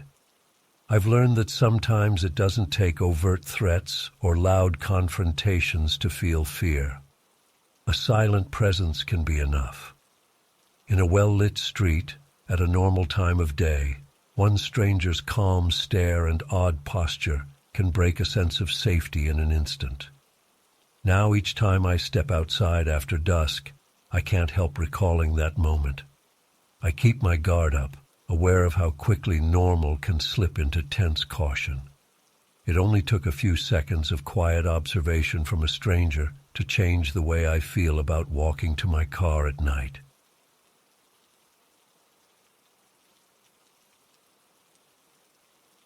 I never expected a typical academic setting to leave me feeling so unsettled.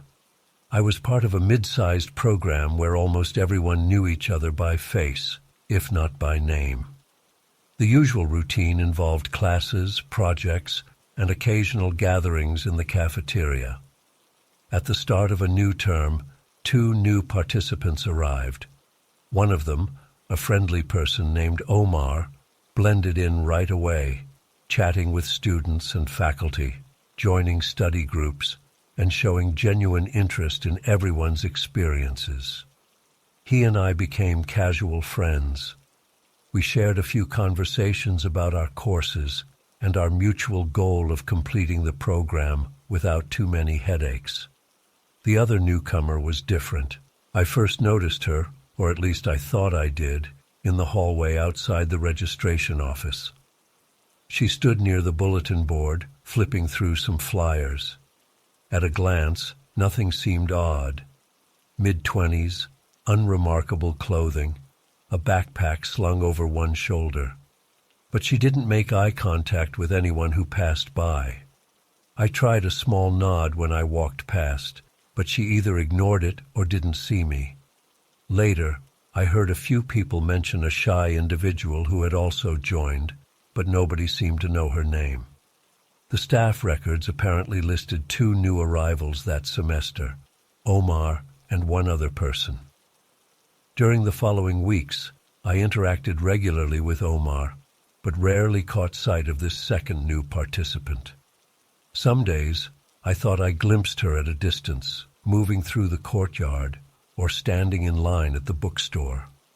Each time, she left before I could say hello or even form a clearer impression. When I asked around, classmates shrugged. A few said they had seen a quiet figure slipping in and out of lecture halls, but no one had spoken with her directly. One professor told me there was supposed to be another student on the attendance list, but that seat was always empty. Others believed the name was a clerical error. The situation felt slightly strange, but life moved on.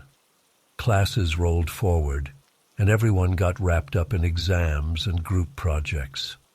My days blurred into a cycle of lectures, library sessions, and lunch breaks.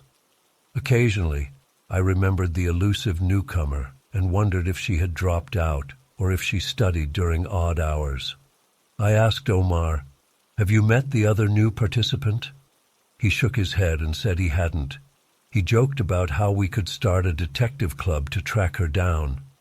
I laughed but felt a small flicker of curiosity in my stomach. Things took a turn when a rumor started circulating that the second newcomer had withdrawn from the program. A faculty member casually mentioned it in a hallway conversation. Apparently she left. We never really saw her much. I overheard that remark and felt a jolt of surprise. I thought, left already? It was mid-semester. I asked around, but no one had details. People repeated the rumor. I think she's gone. She wasn't around enough anyway. Maybe she transferred. The rumor was odd because no official announcement came through. The program usually sent an email or updated the class rosters if someone withdrew. This time, nothing changed in the system. I tried to check the student directory. I typed in a partial name I thought might match the staff records, but nothing relevant appeared. It was as if the person never existed. The seat in one of my classes remained assigned to a new student, but nobody used it. That same seat had remained empty for weeks. Curiosity pushed me to ask a staff member at the front office if they had any record of the new arrival. The staff member frowned, typed a few things into the computer, and said, "We only have records for Omar. Are you sure there was another new student?" I explained that the rosters showed 2 new admissions. The staff member shrugged, saying sometimes a pending application gets listed, then canceled. No big deal. But I felt uneasy. People had claimed to see her physically present. I remembered glimpsing someone near the bulletin board. Others mentioned sightings in the cafeteria line. Yet the official system acted like there was no such person. Days passed, and I tried to focus on my coursework, but the memory of that second newcomer kept nagging me. Some nights I lay in bed, recalling those small moments. A figure slipping out a side door, a backpack that might have been hers, a face half turned away. I couldn't recall any interactions beyond fleeting glances. I never heard her speak. I never saw her up close. A few times, I found myself scanning campus hallways, looking for a familiar shape that I couldn't even fully describe. Omar and I chatted again, and I asked if he'd learned anything else. He shook his head, looking puzzled. He admitted that at first he assumed he might run into the other newcomer during orientation or a group meeting, but it never happened. He joked that maybe she was a ghost student who never truly enrolled. That remark made me uncomfortable, even though I knew it was just a joke. There was a subtle tension in the air whenever someone mentioned the absent newcomer.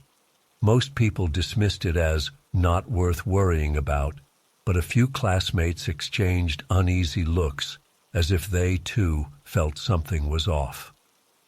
Eventually, I dropped the topic, telling myself it was an administrative slip. Maybe she had changed her mind before fully registering. Yet, an undercurrent of unease lingered. The campus felt normal on the surface, students hurrying to class, professors rushing to office hours, but my perspective had shifted. I paid more attention to people's faces, half expecting to spot her. Sometimes I thought I saw someone at the far end of a corridor who resembled that quiet figure. But when I walked closer, I realized it was just another student wearing similar clothes. A month later, a friend of mine asked me to help him gather data for a small research survey he was conducting. It involved checking certain records in the departmental office. While flipping through some registration documents, I found a brief reference to new participant number 2 with an ID number and a note that read status pending. The entry had no name, just a placeholder. My friend shrugged it off, saying it probably meant the person never confirmed enrollment, but my throat felt tight reading that line, status pending. I left the office feeling strangely uneasy. My breath was shallow, and my heart rate had picked up. I told myself it didn't matter. But the confusion stuck in my mind like a small stone in a shoe. In a moment of impulse, I decided to see if I could find any trace of this pending individual in the library logs, since students often had to log in to use certain resources. I logged into a computer terminal meant for public info and typed a range of user IDs. Halfway through, I found a partial match that listed minimal activity. 2 logins on consecutive days early in the semester, each lasting about 30 minutes. Then nothing else. No name attached, just the placeholder ID. The next day I checked again, and that log entry was gone. Possibly an error or an update in the system, but I felt my chest tighten. It was like following faint footprints that vanished every time I got closer. I tried sharing my findings with a couple of classmates. They mostly shrugged. One person said, "Maybe the system is glitchy." Another said, "Focus on your assignments, not on a phantom student." I realized I had no concrete reason to keep digging. No one was harmed. No crime was committed. If the person left, that was her choice. But the entire situation felt hollow, as if everyone wanted to forget an uncomfortable detail that didn't fit neatly into the daily routine. Eventually, I let it go. I had my own deadlines, projects, and exams to worry about. The talk of the missing newcomer faded, and people moved on to other campus gossip. Omar and I still exchanged casual words in the cafeteria, joking about upcoming tests. Yet a small question remained in the back of my mind. How can a person appear, get mentioned, and then disappear without any real trace? No official withdrawal was recorded, no last known day of attendance. The seat she was supposed to occupy kept showing as assigned, even though she never came. In the final week of the semester, I decided to drop by the administrative building one more time. I had a legitimate reason, picking up some required forms. While I was there, I glanced over the student files behind the counter. I didn't see any new or updated record for a second new participant. I asked a staff member politely if there was a completed withdrawal form from earlier in the semester. She shook her head, checked a binder, and found nothing. I asked if maybe a student left without filing properly. She replied, "That's possible, but it's rare. Usually someone has to sign out." I left feeling a strange emptiness, as if I had chased a puzzle that refused to show its final piece. In the courtyard, a few classmates chatted about holiday plans. Laughter filled the air. The campus was alive with the usual end-of-term excitement. Meanwhile, I stood under a tree, the forms clutched in my hand, wondering if I had imagined it all. Then I remembered those glimpses, a real person flipping through flyers, or picking up a snack in the cafeteria line. At least a handful of people also reported seeing her, though they recalled no direct interaction. The semester ended. Everyone scattered for the break. When the new term started, the second newcomer was never mentioned again. Her name, if she had one, never appeared on a class list. Omar continued with his studies and eventually graduated. I moved on to different courses. The campus halls felt familiar and less mysterious, but I never forgot the odd chill of having encountered someone who left almost no trace. Even now, when I think about that time, my stomach tightens. I keep wondering if the person existed at all, or if the system produced a phantom record, and a random quiet student got conflated with that era. Yet the few vague sightings still bother me. She must have been there physically, at least briefly. Or maybe we all collectively constructed an image of someone who didn't want to be seen. In the end, I have no satisfying explanation. The episode taught me that sometimes the strangest events in an ordinary setting don't involve grand actions or alarming incidents. Instead, they revolve around small inconsistencies, the feeling that reality slipped for a moment and left a gap no one wants to acknowledge. I learned that a blank space on a roster can be more unsettling than a confrontation because it hints at something incomplete that might never be resolved. And whenever I remember that empty seat, I feel an uneasy awareness that not everything in our daily routines fits neatly into the records we trust.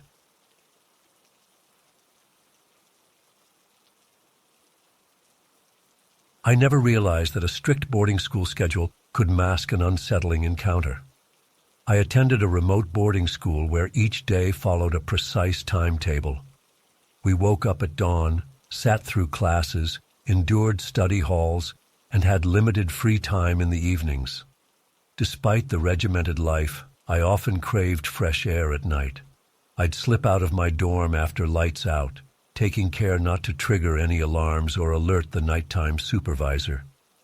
Usually I just strolled near the courtyard or glanced at the stars from a corner of the campus. No one seemed to notice, and it gave me a sense of relief from the rigid environment. One particular night, I felt an urge to walk a bit farther. The moon was bright enough to guide my way, so I headed toward the edge of the school grounds, near a small wooded area. I had never gone that far before, but the stillness of the night encouraged me. The tall trees formed a line, beyond which lay thicker woods. The air was cool, and the distant chirping of insects broke the silence. I heard my own footsteps in the damp grass. My breathing sounded loud in my ears, but I felt calm. I moved along the tree line, enjoying the mild breeze on my face. The darkness wasn't complete because of the moon, so I could see the outline of branches overhead. I stopped occasionally to listen to the faint rustle of leaves. There was something comforting about being away from the main dormitory building, free from the constant pressure of abiding by the school rules. I took a deep breath and prepared to head back, thinking I'd only been out for 10 minutes or so. Just as I turned, I noticed a pale shape among the trees, maybe 15 or 20 steps ahead. It stood out because it seemed lighter than the surrounding darkness, as if bathed in moonlight. I froze for a second, trying to figure out if it was someone wearing white. My eyes adjusted, and I saw that the shape moved in a slow, gliding manner. It looked too tall and slender to be one of my classmates. The figure was wrapped in something loose and pale, not quite a robe, but some sort of light garment. I couldn't see a face or hands, just the outline of a tall form moving carefully among the trees. My heart rate rose. I didn't feel immediate terror, more like sharp curiosity mixed with unease. I stood very still, watching the figure proceed at a measured pace. The person, or whatever it was, floated, or appeared to float, at ground level, without any noticeable steps. There was no sound of twigs snapping, no sound of shoes. I looked down at my own feet, grounded on the grass, and then back up. The figure kept moving deeper into the wooded area. I considered calling out, but my throat felt tight. Something about its silence held me back. In that moment, I realized I was witnessing something that defied my usual sense of reality. People make noise when they walk. People wear normal clothes. People react when they see you or hear you. This figure didn't slow down or shift posture, even though I was nearby. It seemed completely unaware or uninterested in me. I took a step forward, then stopped. I felt a rush of cold sweat trickle down my neck. My hands tingled with a slight tremor, and my chest felt tight. I wanted to approach, but also feared drawing attention. The figure glided onward, almost serene in its motion. No branches bent or rustled where it passed, and no leaves crunched underfoot. My heart pounded in my ears. Finally, it slipped behind a thicker patch of trees, and I lost sight of it. I stood there for what felt like a full minute, listening. My breathing was shallow. I heard only the usual forest noises, some distant insects, a faint breeze in the leaves. There was no trace of that figure. I wanted to believe it was a trick of the light, maybe moonlit fog drifting between the trunks. But it had a distinct outline, a tall and narrow form that moved with a purpose. It wasn't random mist. Eventually, I forced myself to head back to the dorm. I walked slowly at first, then sped up until I was almost jogging. The campus grounds, usually quiet at night, felt charged with a tension I hadn't noticed before. Every shadow near the walls made me jump. When I reached the side door to my dormitory, I paused to catch my breath. My heart thumped like I'd run a long distance. I slipped inside, creeping past the dimly lit hallway and ignoring the pounding in my chest. In my room, I sat on the edge of my bed, replaying the scene in my head. I pictured that pale shape moving so smoothly that it seemed to defy normal steps. My roommates were asleep, so I couldn't talk to anyone. I tried to reason with myself. Maybe it was a teacher or staff member wearing light clothes. But the memory of that gliding motion unsettled me. I barely slept, occasionally jerking awake at small sounds in the hallway. The next day, the usual boarding school routine resumed. We had roll call, breakfast, classes, and scheduled breaks. I felt tired, but life went on. Nobody mentioned anything about a strange figure in the woods. I considered telling a friend, but I dreaded the possibility of being mocked or dismissed. I thought about confiding in a kid named Marcus, who sometimes joined me in exploring the campus at night, but I decided against it. Something about this encounter felt too personal, too bizarre to share casually. Days passed, and my curiosity nudged me to look again. Each night, though, I hesitated. My nerves were on edge.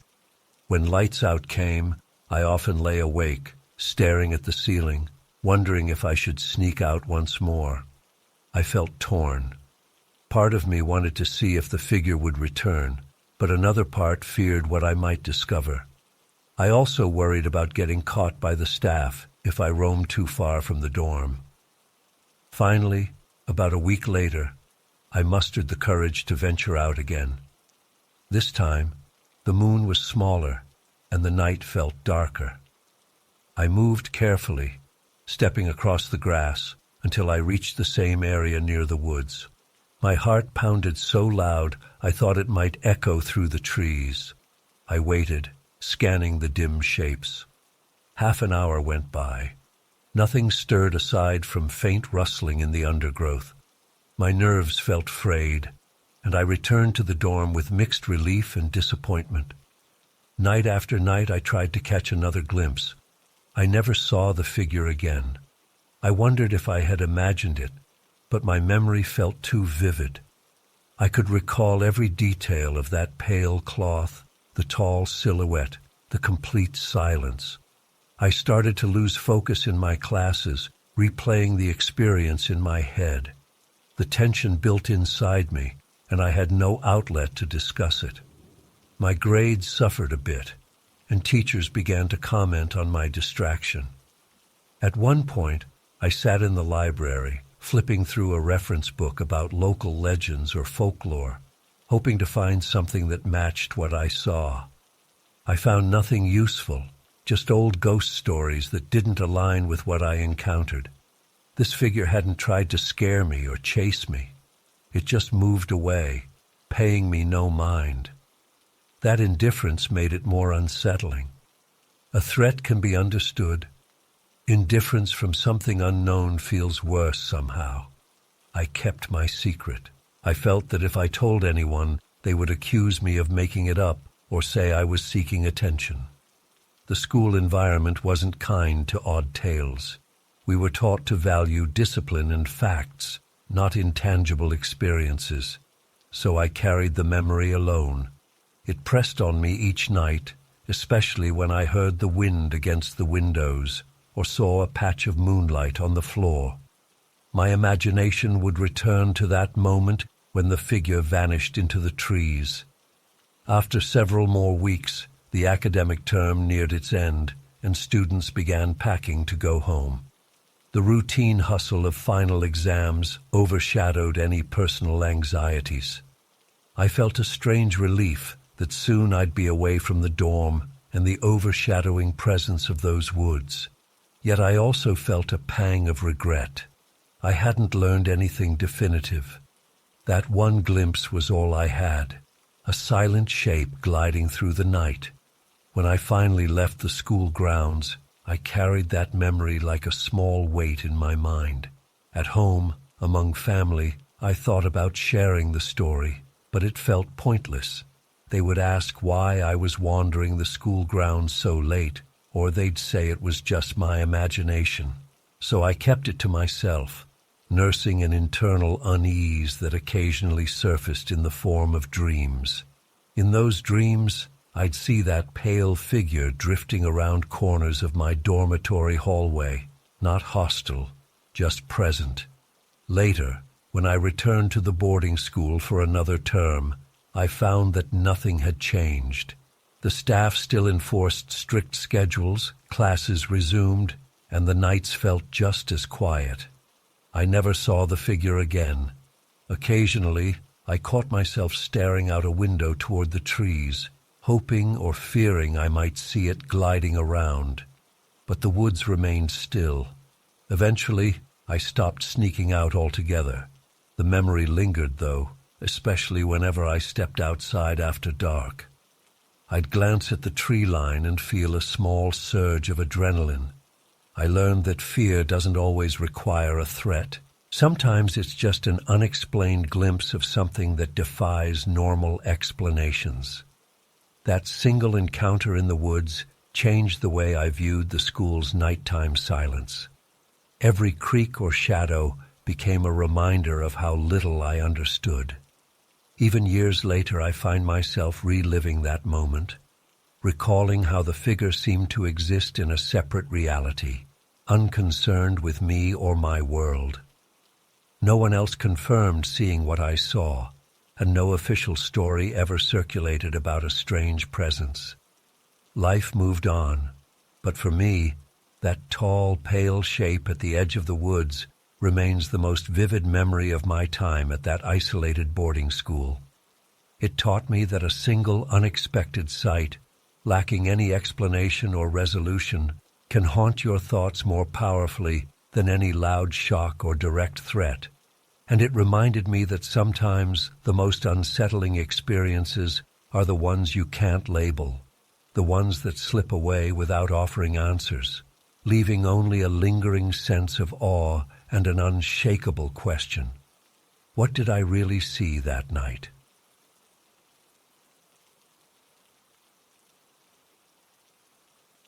I first noticed him in the hallway at my university. I was on my way to a morning class. I saw him near the water fountain. He was looking at me, but I tried to brush it off. I was in my second year of college, juggling a shift at a local bookstore, a busy schedule of lectures, and a few new friendships that felt exciting. Everything around me was changing, and I assumed I was just on edge. His stare felt long, but I told myself I was overreacting.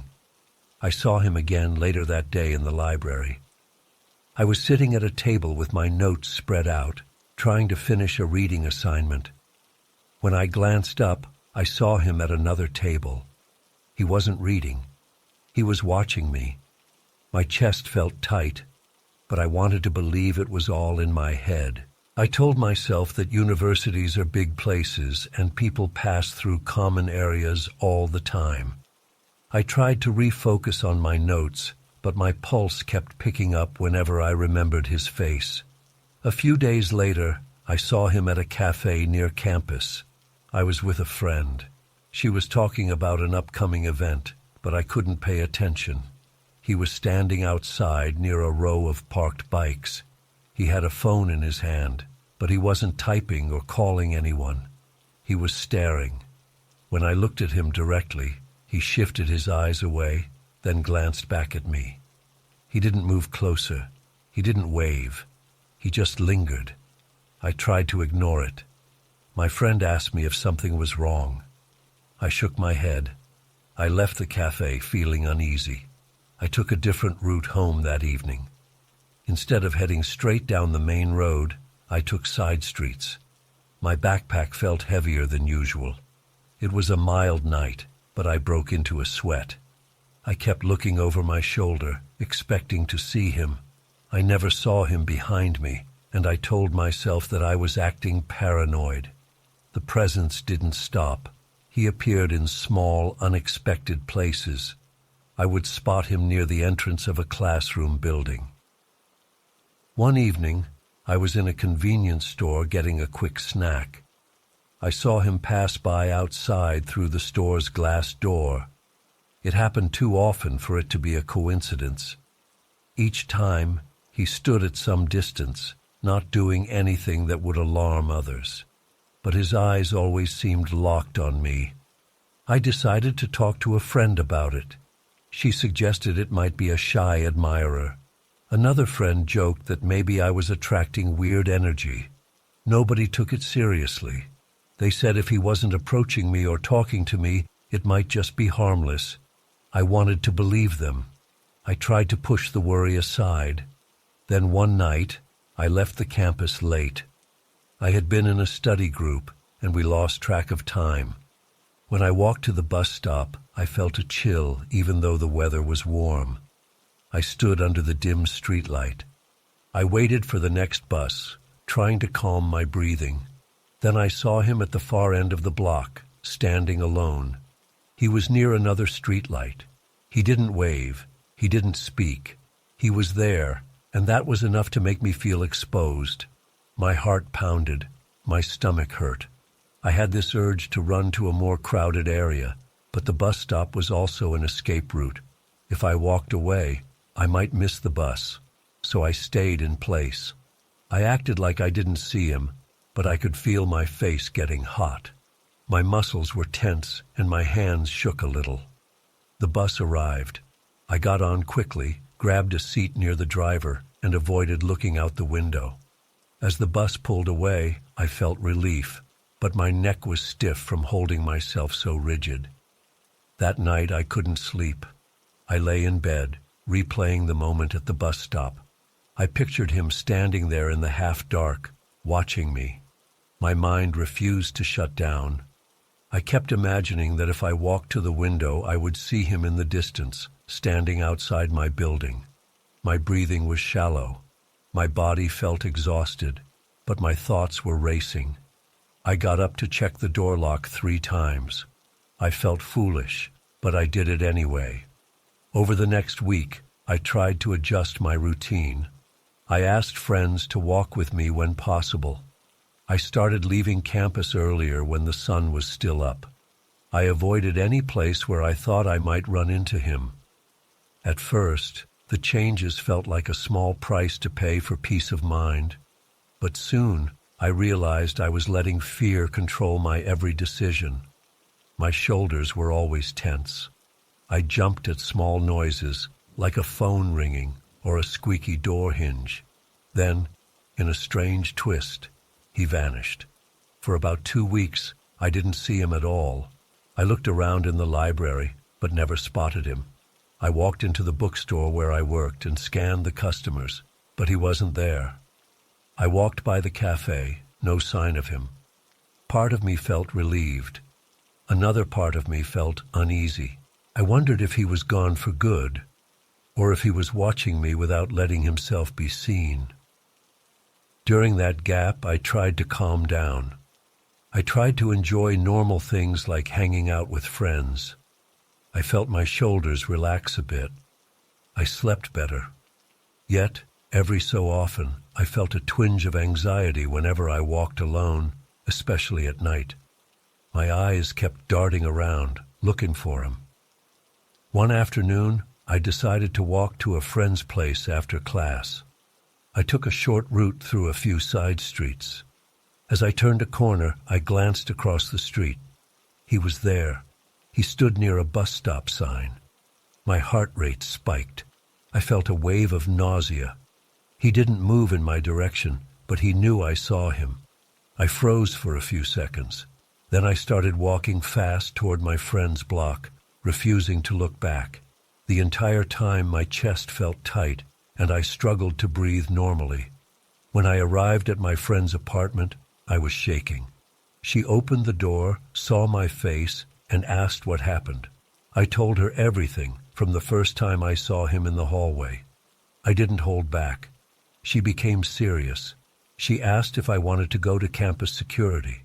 I hesitated. I had no concrete evidence. He didn't threaten me. He never touched me. He was just there.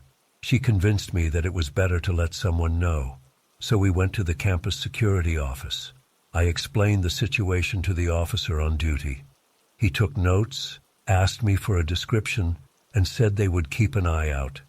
He also suggested that I be careful, travel with friends, and call them if I felt unsafe. I left feeling a bit calmer, but also uncertain if it would help. The following days were quiet again. I started feeling on edge because the pattern of him appearing and then disappearing was driving me crazy. My friend offered to walk with me every day, but our schedules sometimes clashed. I still had moments of isolation, like when I had late shifts at the bookstore. I felt trapped, stuck between the need to work and the fear of running into him. One night, I had to close the bookstore. After turning off the lights and locking the door, I stepped out onto the street. It was only about 8 p.m., but it was dark out because of the season. The sidewalk was empty. I felt my pulse racing again. I held my keys between my fingers, something I learned as a basic self-defense precaution. My plan was to walk straight to the nearest bus stop. As I headed down the street, I noticed a figure a block away. The streetlights were weak in that area, so I couldn't see the face clearly. My stomach twisted. My muscles felt cold. I kept going, and the figure stood still. When I got closer, I saw it was just an older man waiting for a taxi. I exhaled in relief. On the bus ride home, I felt drained. My mind was tired. My body was tense from the constant rush of anxiety. When I got home, I locked up. I checked the windows. I told myself that I should hold on to the hope that he was gone for good, but I still couldn't relax. One weekend, my family visited me. They noticed I was jumpy. My mother asked if I was getting enough rest. My father asked if anything had happened. I lied to them. I said I was fine, just stressed. I didn't want them worrying. I pretended everything was normal. Deep down, I felt a knot in my stomach because I knew I wasn't being honest. But I also felt relief that, in those days they were around, I felt safer. I wasn't alone. After my family left, I had a burst of determination. I told myself I wouldn't let him take control of my life. I went back to my usual routines. I walked around campus without changing routes. I stayed with groups of friends, but I tried not to obsess over my surroundings. It was difficult. My eyes kept scanning for him. My ears picked up every small noise. My jaw felt stiff, like I was clenching my teeth most of the time. He never showed up again. Weeks passed. Midterms came and went. I gradually stopped checking every corner. I started leaving the library at later hours without feeling that grip of panic. I felt tension release from my back and shoulders. Friends noted that I seemed more relaxed. I managed to focus on classes. I managed to enjoy simple things like late-night snacks in the dorm lounges. I thought maybe at last he had moved on. But the scars remained. I caught myself locking my door twice every night, even though it locked fine the first time. I caught myself analyzing the shape of silhouettes in the distance, especially near bus stops. I caught myself feeling suspicious of strangers who made eye contact for more than a second. Even though he seemed to be gone, my body remembered. My mind didn't let go so easily. Sometimes I woke up in the early morning hours, my heart pounding, convinced I heard footsteps outside my window. Then I realized it was just the wind or a stray cat. My heartbeat stayed elevated for a while. I couldn't slip back into peaceful sleep. In those moments, I felt angry that he had turned my safe places into spots of fear. But there was no direct confrontation I could have. He hadn't done anything the law would address. He never spoke to me. He never approached me with words or gestures. He only watched. I learned that a person can cause immense fear without laying a hand on you.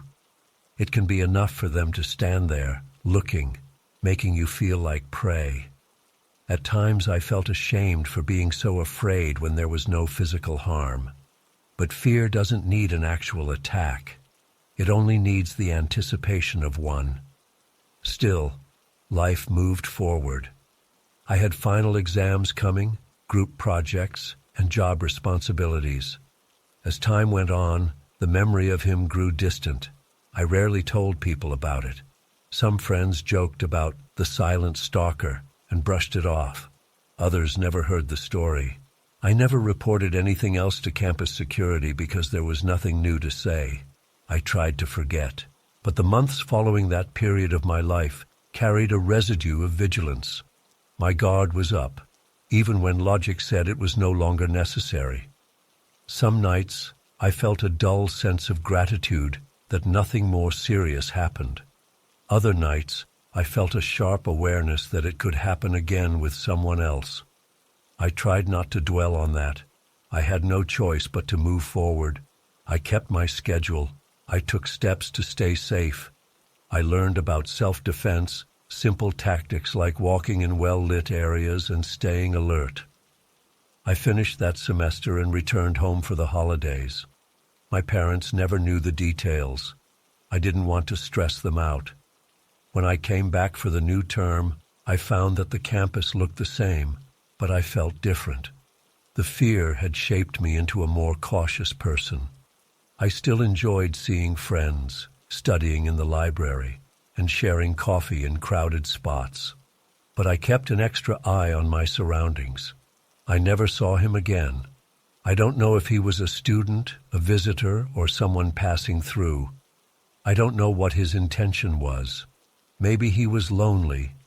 Maybe he found some strange comfort in watching me. I can't explain his behavior.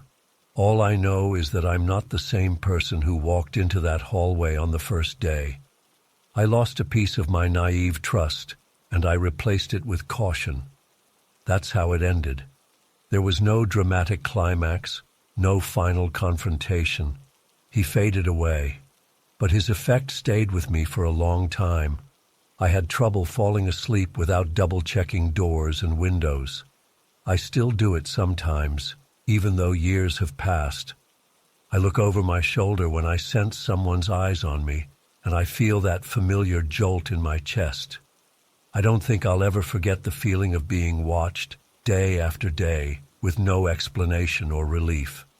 Even now, I can recall the details of his expression, how he barely blinked, how he stood at a slight angle, always ready to slip away if I approached. He didn't speak, but I felt his intent in the way he observed me. That remains the most unsettling part for me, that a person can say so much without a single word, and that silence can stay lodged in my memory far longer than noise or conversation ever could.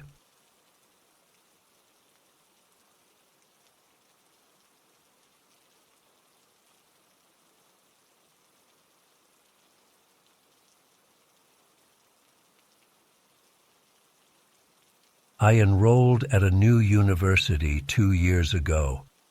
The campus was modern, with fresh paint on the walls and landscaped gardens. People said the buildings had been built over the ruins of an old sanitarium, but I didn't believe it at first. I heard a few rumors, but I thought they were just jokes. I moved into a dorm that smelled of new carpet. The rooms were small but comfortable enough. My roommate, Julia, arrived on the same day, and we both felt excited about this new chapter in our lives. During the first week, we attended orientation sessions and tried to memorize the layout of the buildings. The dorm itself had 4 floors, with a narrow staircase at each end. My room was on the 3rd floor.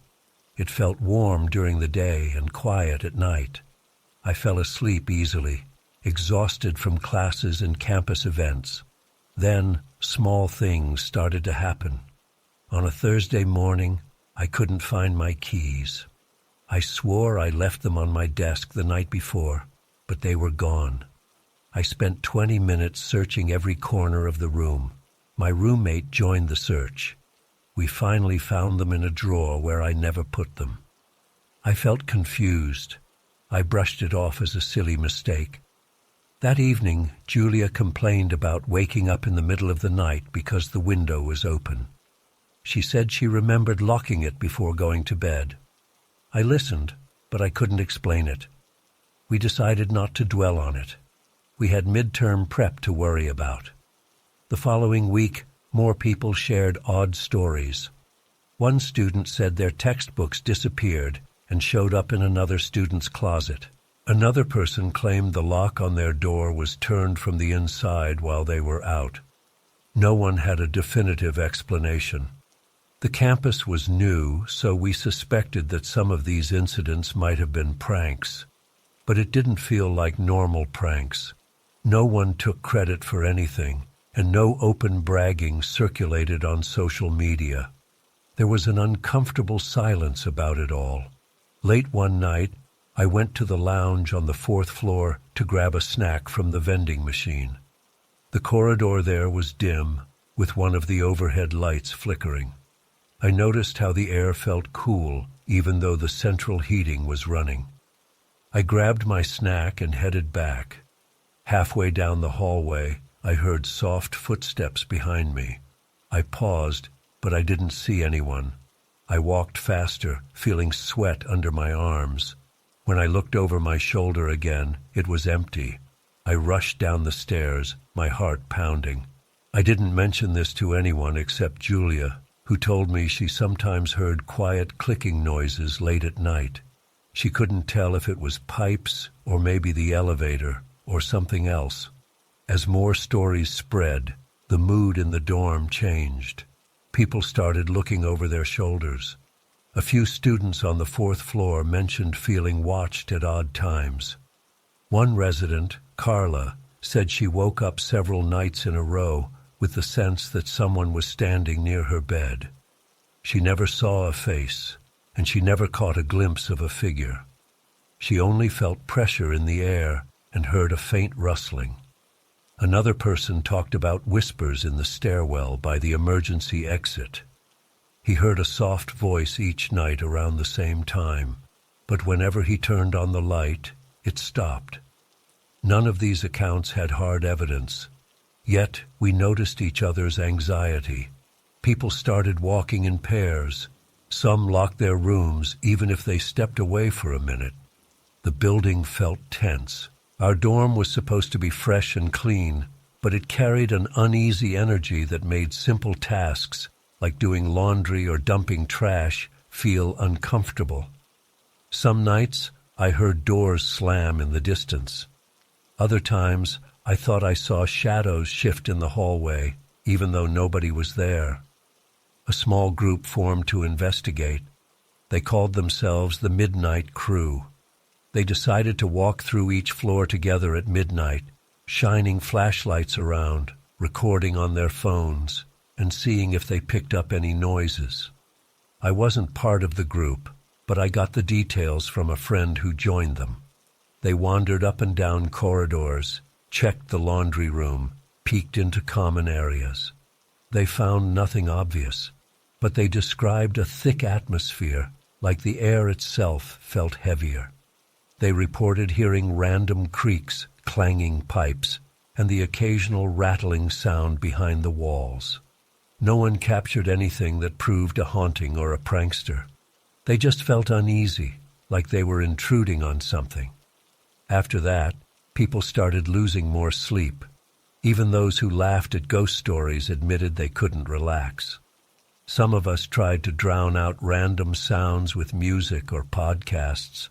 Others talked about requesting a room switch or leaving the dorm altogether, but no one made an official move.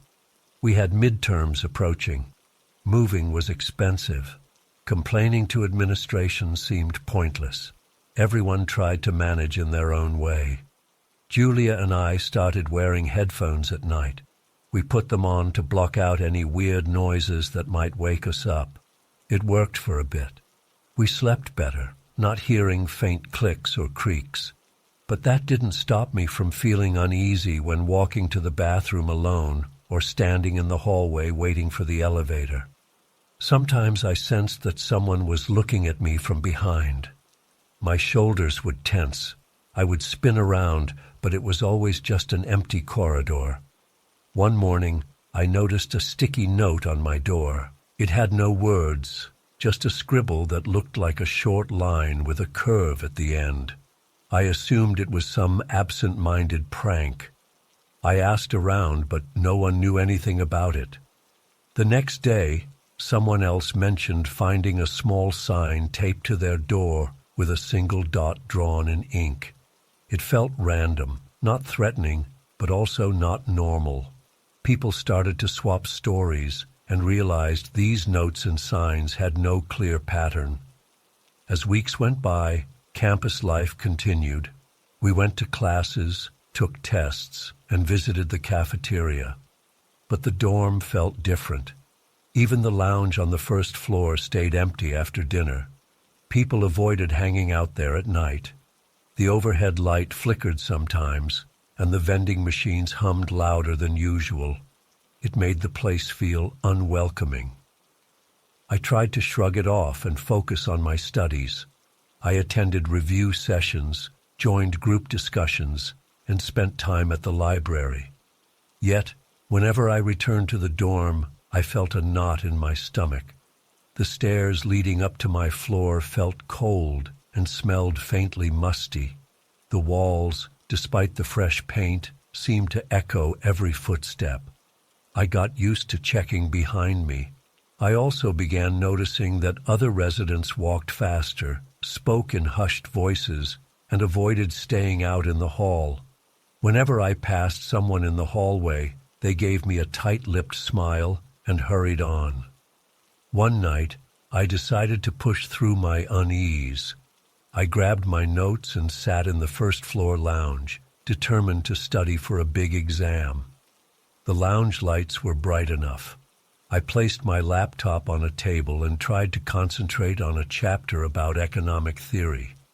After a few minutes, I heard a faint thud, like something dropping. I looked around and saw nothing. I continued reading. 5 minutes later, I heard a soft tap, tap, tap, as if someone was lightly hitting the underside of a table. I got up to check. The vending machine hummed, and the refrigerator in the small kitchenette clicked on. No one else was there. My pulse quickened. My mouth felt dry. I told myself it was just the building settling or random mechanical noises. I sat back down. Then I felt a sudden chill run along my arms. It was warm inside, but my skin was clammy. I heard what sounded like a gentle whisper coming from the hallway around the corner. I froze. My heart thumped. I wanted to run, but I also wanted to see if anyone was there. I stood up, took a few steps, and peered around the corner. Nothing. The hallway was empty. My legs felt weak. I returned to the table, grabbed my things, and headed straight to the stairs. My breathing was shallow, and I noticed my hands shaking. I reached my room in record time. Julia was there watching something on her laptop. I told her what happened. She nodded, said she believed me, and closed the laptop. We both decided we would avoid the lounge after dark. At that point, I realized these incidents wouldn't form a neat conclusion. There was no big reveal. We had no culprit or proof of a supernatural force. The administration didn't find any logical explanation. Maintenance workers came by, inspected the rooms, replaced a few faulty light fixtures, and moved on. Nothing changed. The tension lingered. Some people insisted it was all in our heads. Others insisted the place was haunted. Most of us just coped however we could. I tried to keep my routine simple. I attended classes, studied at the library, and walked back to the dorm with a friend whenever possible. I avoided certain stairwells, especially the one on the far end, because it felt too quiet. I took the elevator more often, even though I didn't like small spaces. I told myself it was a practical move, just to keep from walking alone in deserted corners of the building. Over time, a subtle acceptance crept in. We still heard small stories. Missing slippers, open windows, whispered noises, but we learned to shrug them off. We had finals, group projects, and daily life problems to manage. We couldn't live in constant fear. Some people started joking about the dorm ghost, using humor to dull the edge of anxiety. Others refused to talk about it at all. I often spotted a few students wearing earbuds or headphones late into the night. I knew they were trying to block out the strange noises. One of them admitted he listened to music until he fell asleep, just so he wouldn't imagine footsteps outside his door. Another person said she used a white noise app on her phone because she hated the eerie silences that seemed to amplify every bump in the night. At the end of the semester, I packed up my things to go home for the holidays. The dorm was mostly empty. Walking down the hallway with my suitcase, I noticed how quiet it felt. The overhead lights didn't flicker that day. No weird breezes or odd voices drifted by. It was a simple, empty corridor. Yet I felt a familiar tension in my chest. I couldn't wait to get out. When I returned for the next term, the stories didn't go away, but I had grown accustomed to the dorm's quirks. New students moved in, heard old rumors, and added their own experiences. I didn't try to convince them of anything. I just kept to myself and stayed aware of my surroundings. The building continued to stand, holding on to its secrets. No major event ever forced everyone to leave. We just carried on. We shared glances in the hallway, locked our doors, and tried to get enough rest. Sometimes late at night, I still felt that trickle of cold apprehension. I'd hear a soft rattle from the vent or a tap against a window. My heart would race. Then I'd remind myself that nothing worse had ever happened. I would breathe slowly and try to sleep. The dorm became a place of normal routines and unexplained discomfort. We never found out if there was any truth to the old sanitarium story. We had no proof. We just had rumors and experiences that didn't make sense. That was enough to change the way we felt about living there. It wasn't about ghosts or monsters. It was about the tension that quietly settled into our daily lives, reminding us that something felt off. We learned to coexist with it. By the end of my time there, I stopped waiting for a final answer. The dorm stayed the same, new on the outside, tense on the inside, and filled with the memory of small, unsettling events. And that was it. There was no resolution, just an uneasy calm.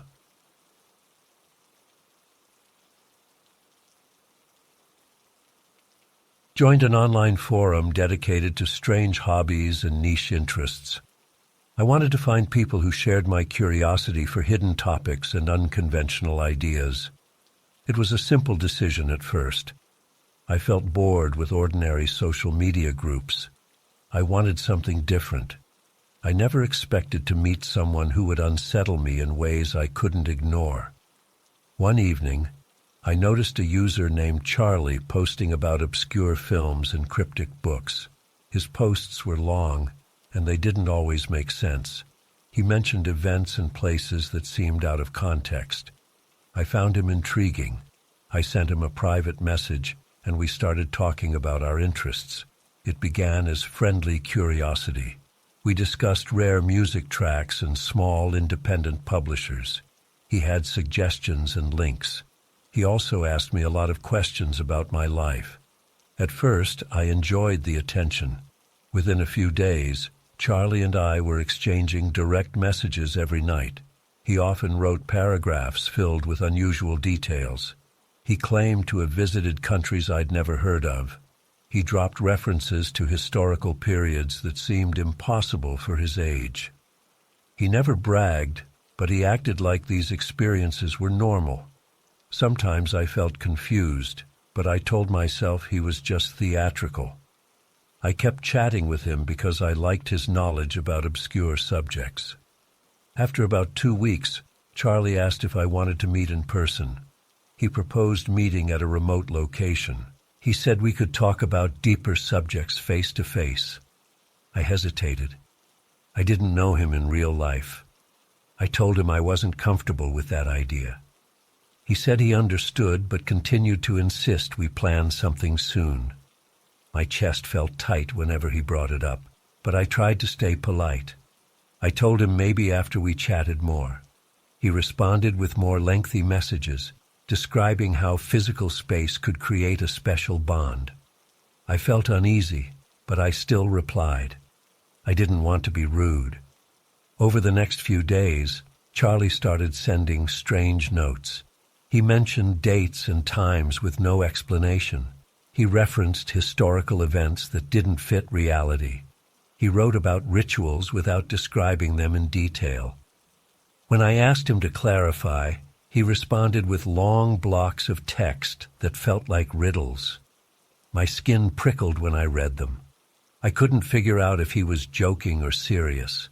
There were no direct threats, but I felt a creeping discomfort. At times, I tried to shift the conversation to normal topics, like our daily routines or favorite movies. He would respond briefly, then return to his cryptic style. He asked me about my dreams, my fears, and my childhood memories. I told him I wasn't comfortable sharing personal details. He acted hurt, but didn't drop the subject. He wrote sentences that implied he knew more about me than I had revealed. My heart would beat harder whenever I saw a new message from him. I decided to slow down our communication. I didn't respond to each of his messages right away. That only made them pile up. He would send new messages with questions about my silence. He would write that he sensed tension. I didn't want to argue. I told him I was busy. He accepted that explanation, but he started leaving me voice clips. These were short recordings of his voice, mixed with odd background noises, like muffled chanting or music I couldn't identify. I felt a hollow sensation in my stomach when I listened. It didn't sound violent, but it felt invasive, like he was trying to pull me into something I didn't understand. One weekend, he sent me a lengthy message about a hidden meaning in a certain piece of artwork he claimed to have discovered. He said we needed to meet in a quiet place where we wouldn't be interrupted. He hinted that I was the right person to understand his findings. He mentioned multiple times that he couldn't share these secrets online. I felt my palms get sweaty. I told him plainly that I wasn't interested in meeting. He started sending me vague warnings, telling me that not everything in life was safe or predictable. He still didn't threaten me directly, but his words made me feel cornered. Every time I sat at my computer, I expected a new barrage of messages. I tried to distract myself with work and friends. I avoided logging into that forum for a couple of days. When I returned, I had dozens of messages from him. He apologized for being persistent. He explained that he just wanted to guide me toward something meaningful. I read each paragraph, feeling a growing sense of dread. My hands trembled. I considered blocking him, but I worried about how he might react. I typed short replies, trying to seem calm. He told me not to worry, but I couldn't stop my heart from racing. Eventually, I decided that I needed to end contact. I wrote him a short message saying I was uncomfortable and that I planned to close my account. I thanked him for the interesting conversations but said I didn't want to continue. Then I blocked him on the forum. I logged out and felt a small sense of relief. That feeling lasted until the next morning when I found an email in my inbox. It came from an unknown address. The subject line was just my first name. When I opened it, I saw a copy of several of our private messages pasted in the body of the email. My breath caught, my heart pounded, and I felt a wave of nausea. He wrote that he had archived all our chats. He said he was saving them for future reference. He didn't demand anything, and he didn't threaten me. He just reminded me that he had those records. I felt my entire body tense. I wondered if he had more. I wondered if he was monitoring me in other ways. I checked my social media privacy settings and changed my passwords. I blocked the email address, but I had no guarantee he wouldn't create a new one. That night, I couldn't sleep. I kept picturing him sitting somewhere, reading through all my messages, analyzing my words. The thought made my skin crawl. I got up repeatedly to check that my doors and windows were locked. I felt foolish because I had no reason to believe he would show up in person, but my anxiety wouldn't let me relax. My mind raced with what-ifs. I walked around my apartment, turning on lights and peering outside. The street was empty. Still, I felt watched. A few days passed without any new emails. I tried to convince myself that he had moved on. I resumed my normal routines, but I felt a constant undercurrent of worry. Every time my phone buzzed, I jumped. My shoulders ached from staying tense. I developed headaches from poor sleep. I kept expecting another cryptic message or an unexpected call. I tried talking to a friend about it, but I left out details. I felt embarrassed. It was hard to explain the situation. Charlie hadn't made overt threats, so I didn't know what to say. My friend told me to ignore him. I nodded but couldn't shake the dread. Then, one night, I received another email from a different address. It just said, "I still have our conversations." No greeting, no signature, just that line. I felt my heart pounding so hard I thought I would faint. I shut my laptop and sat in silence for a long time. My chest hurt and my eyes stung. I felt violated. I thought about going to the police, but I didn't think they would take it seriously. He had done nothing illegal that I could prove. I didn't know his real name or location. I only knew him as Charlie, which might not even be his true identity.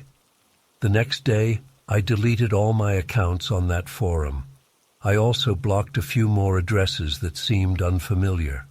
I made all my social media profiles private. I told myself I was taking control, but I still felt uneasy. It was as though I had put a flimsy lock on a door, and he could still find another way in. My sleep got worse. I started keeping my phone on silent at night to avoid the shock of notifications. Over the next few weeks, I heard nothing else from him. I began to relax, bit by bit. I went out with friends, tried to engage in normal activities, and reminded myself that not everyone online is a threat. Still, my body stayed on high alert. I flinched at every unknown number that popped up. Whenever I checked my email, my stomach clenched. But no new messages arrived. A month later, I received a direct message on a different social platform from an unfamiliar user. There was no text, just a snippet of one of my old messages to Charlie.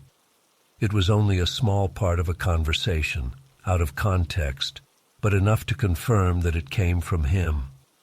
My hands shook, and I stared at the screen, uncertain what to do. I decided not to respond. Instead, I blocked the user. That night, I lay awake, feeling every sound in my apartment with heightened awareness. My eyes watered from the strain of staying alert. Yet again, he didn't follow up. Time passed. I got used to living with a low-level fear in the background. I kept waiting for another sign that he was still out there, saving pieces of our conversations, watching for a moment to reappear.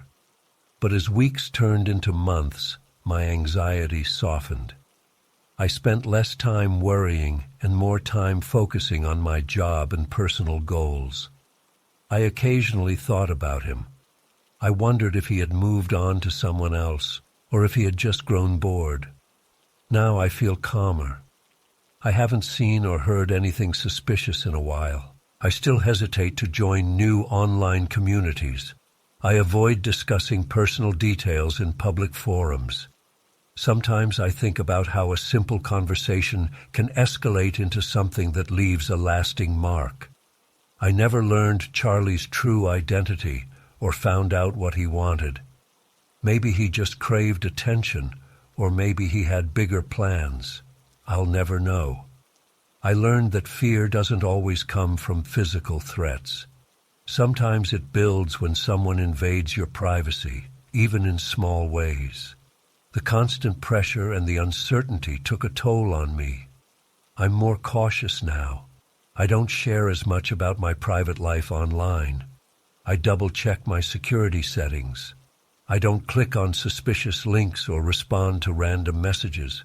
People might say I'm paranoid, but that experience left me wary. I still receive the occasional email from addresses I don't recognize, but most of them are just spam.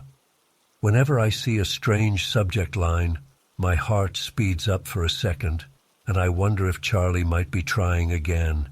It hasn't happened in a long time, though. I suspect he's gone for good, but I can't be certain. At least now, I know how to block him if he appears. That's the best I can do.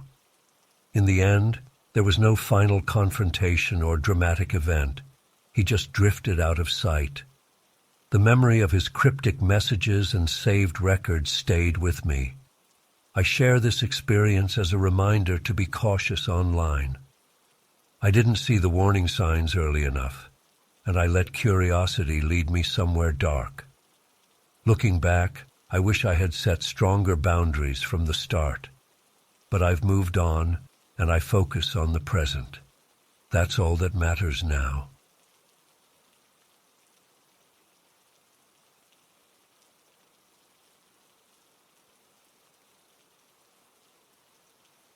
I matched with James on a dating app late one afternoon. I was just scrolling and saw his profile pop up. He seemed normal. A few photos of him drinking coffee, a quick description mentioning movies and hiking. We started chatting, and his messages sounded friendly. He asked about my favorite films and told me about a local event he attended. I felt at ease with the conversation. Nothing about him seemed unusual at first. After a week of chatting, James suggested we meet for a simple coffee. I agreed, thinking it would be straightforward. We picked a cafe near my workplace, and I arrived first. I remember feeling slightly nervous, checking my phone to see if he had messaged. He walked in wearing a dark jacket and gave me a polite nod. He looked like his photos. We talked about mundane things, work schedules, upcoming movie releases, and favorite restaurants in the area. The hour passed quickly, and we parted ways. I went home that night without any sense of danger or suspicion. Over the next few days, James continued to message me. At first it was light. "How's your day?" or "Did you see that new trailer?" Then he started mentioning other people in his life in a strange way. He'd say something like, "My friend says we should keep seeing each other," or "Someone close to me thinks we're a good fit." I found this odd, but I tried to shrug it off. I asked him who these people were, but he dodged the question. He'd respond with short, vague sentences. One evening, I noticed a change in his tone. He said, "They want to know more about you." I asked him who they were, but he refused to give me a direct answer. I pressed him a little, and he replied, "It's just a group of people I trust. They care about who I date." My stomach knotted. I asked him why that mattered. He said they wanted to confirm I was appropriate. It was an unsettling word. I felt my pulse speed up, but I tried to remain polite. I said I didn't like the idea of strangers evaluating me. He said not to worry, that it was part of his process. I decided to take a step back from chatting with him. The next day he messaged again and acted as if nothing was wrong. He said, "So, how's work?" I didn't want to argue, so I gave him a short reply. Then he wrote back, "They know where you work. They think it's a decent place." That sentence made me pause. How did he know my workplace, and why did these unknown people have opinions about it? I felt my shoulders tense. I tried to figure out if I'd mentioned my job details to him. I might have said the name of the company, but I didn't remember giving an exact location. I responded, "How do you know that?" He said, "It's not hard to find out. They like to do a bit of research." My heart hammered. I asked him to stop involving these people. He didn't reply for hours. That afternoon I was at work, sitting at my desk, trying to push the situation out of my mind. I had a tight schedule with deadlines, and I needed to focus. I checked my phone once or twice, but saw no new messages.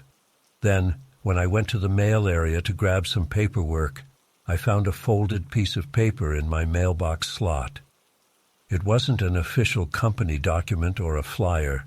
It looked like a note. I opened it and saw a series of strange symbols drawn in black ink.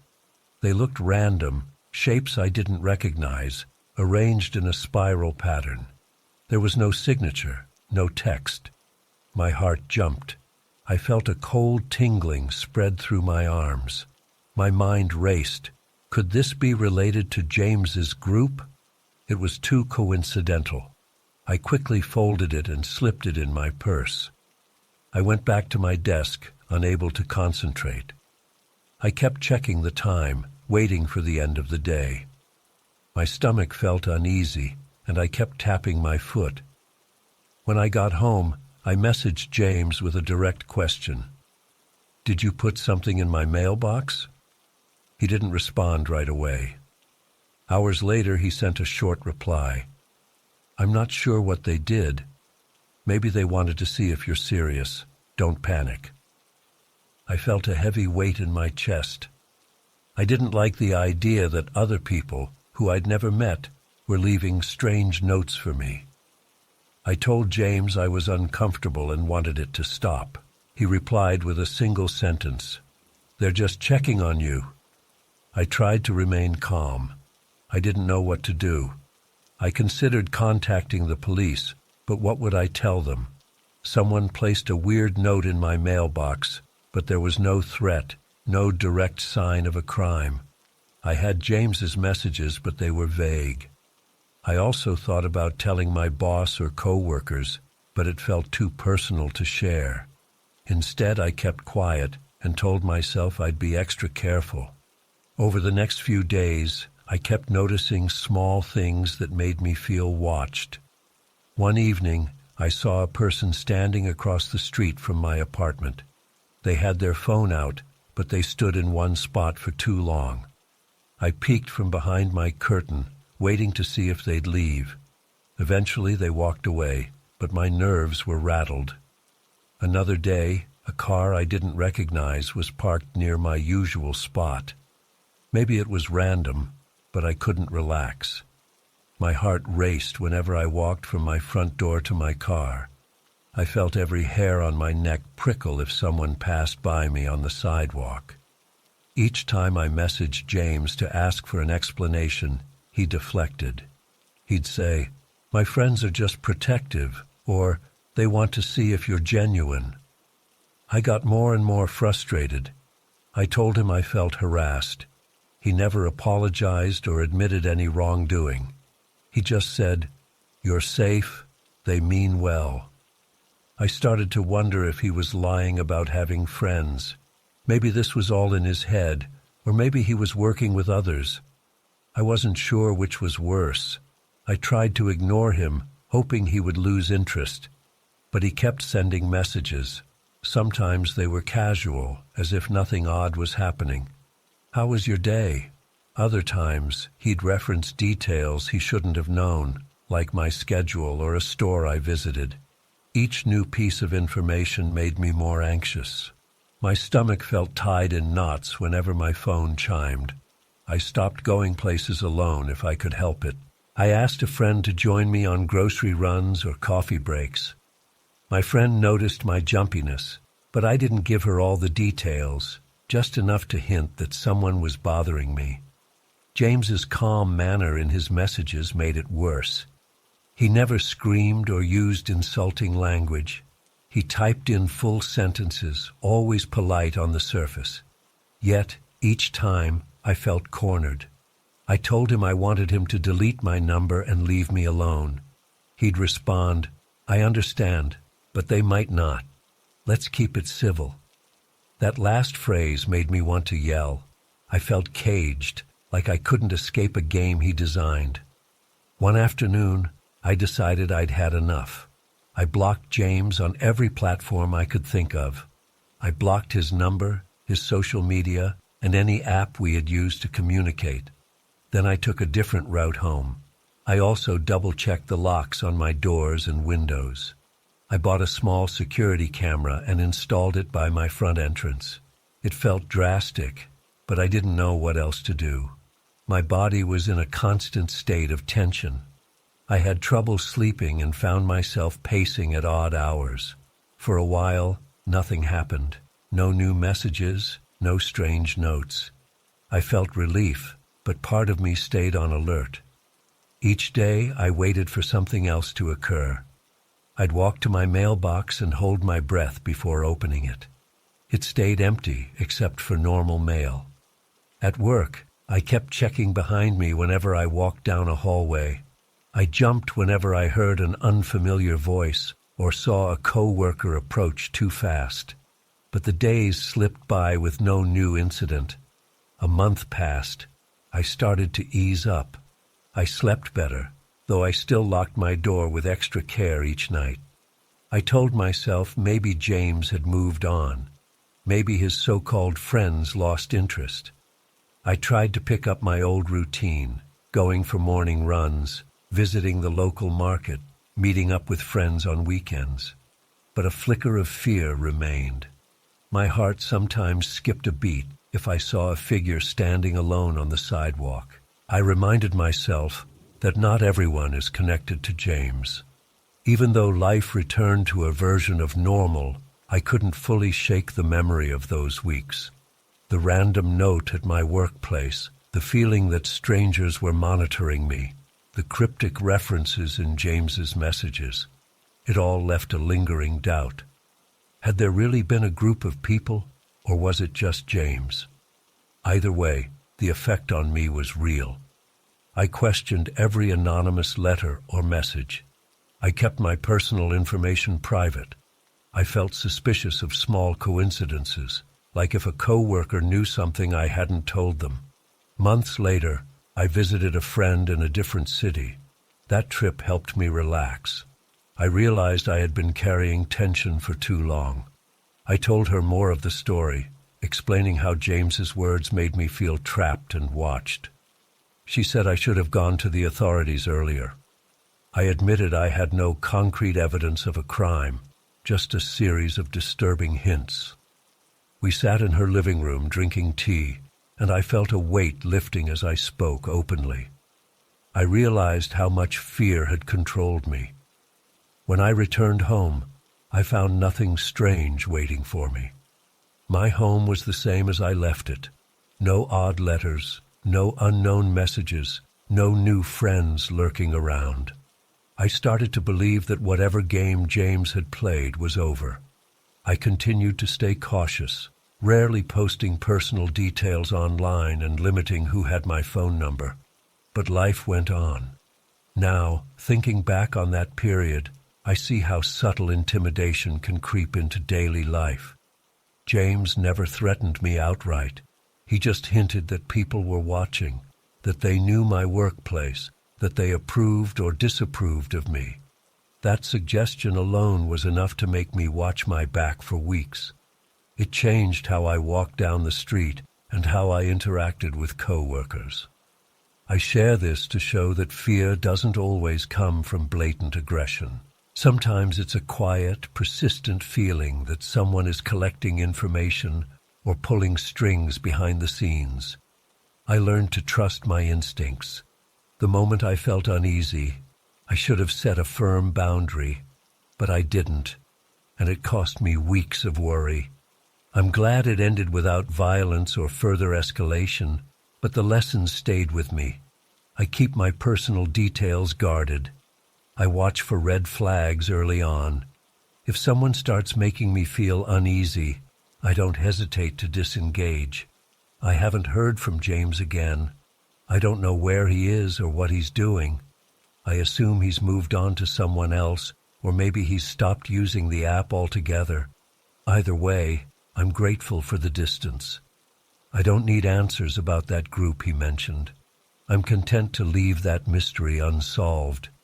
My life is calmer now, and I prefer it that way. I learned that not every stranger deserves trust, and it's okay to protect yourself from uncertain situations. That's how it all played out. I'm just relieved it's over.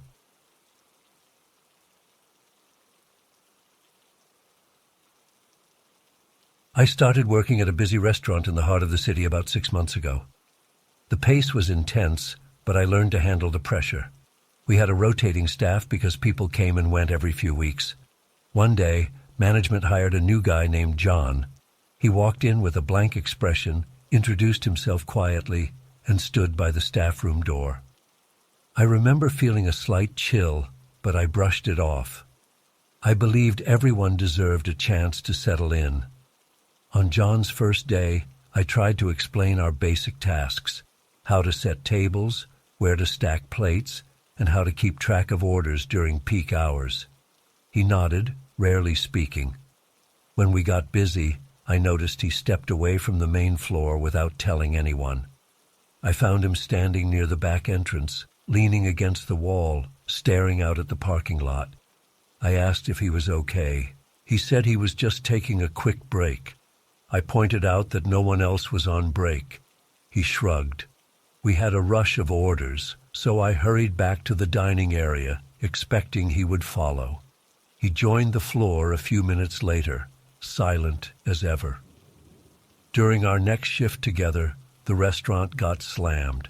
People lined up outside waiting for tables. The kitchen staff shouted for plates and silverware. I was juggling multiple tasks, refilling drinks, seating customers, and running back to grab extra napkins. I looked around for John, hoping he could help. I didn't see him. My frustration grew as I carried 2 trays at once. Another coworker shook her head and said, "He vanished again." I felt my chest tighten. I knew we needed every hand. When I got a moment, I checked the storeroom, the break area, and even the restroom. He wasn't there. I finally found him at the side exit, hunched over his phone, not even trying to hide. I asked why he left. He offered no apology, just a vague statement about needing air. I tried to stay calm. I explained we couldn't afford to have him disappear whenever it got busy. He fixed me with a stare that felt too direct, and I felt a surge of unease.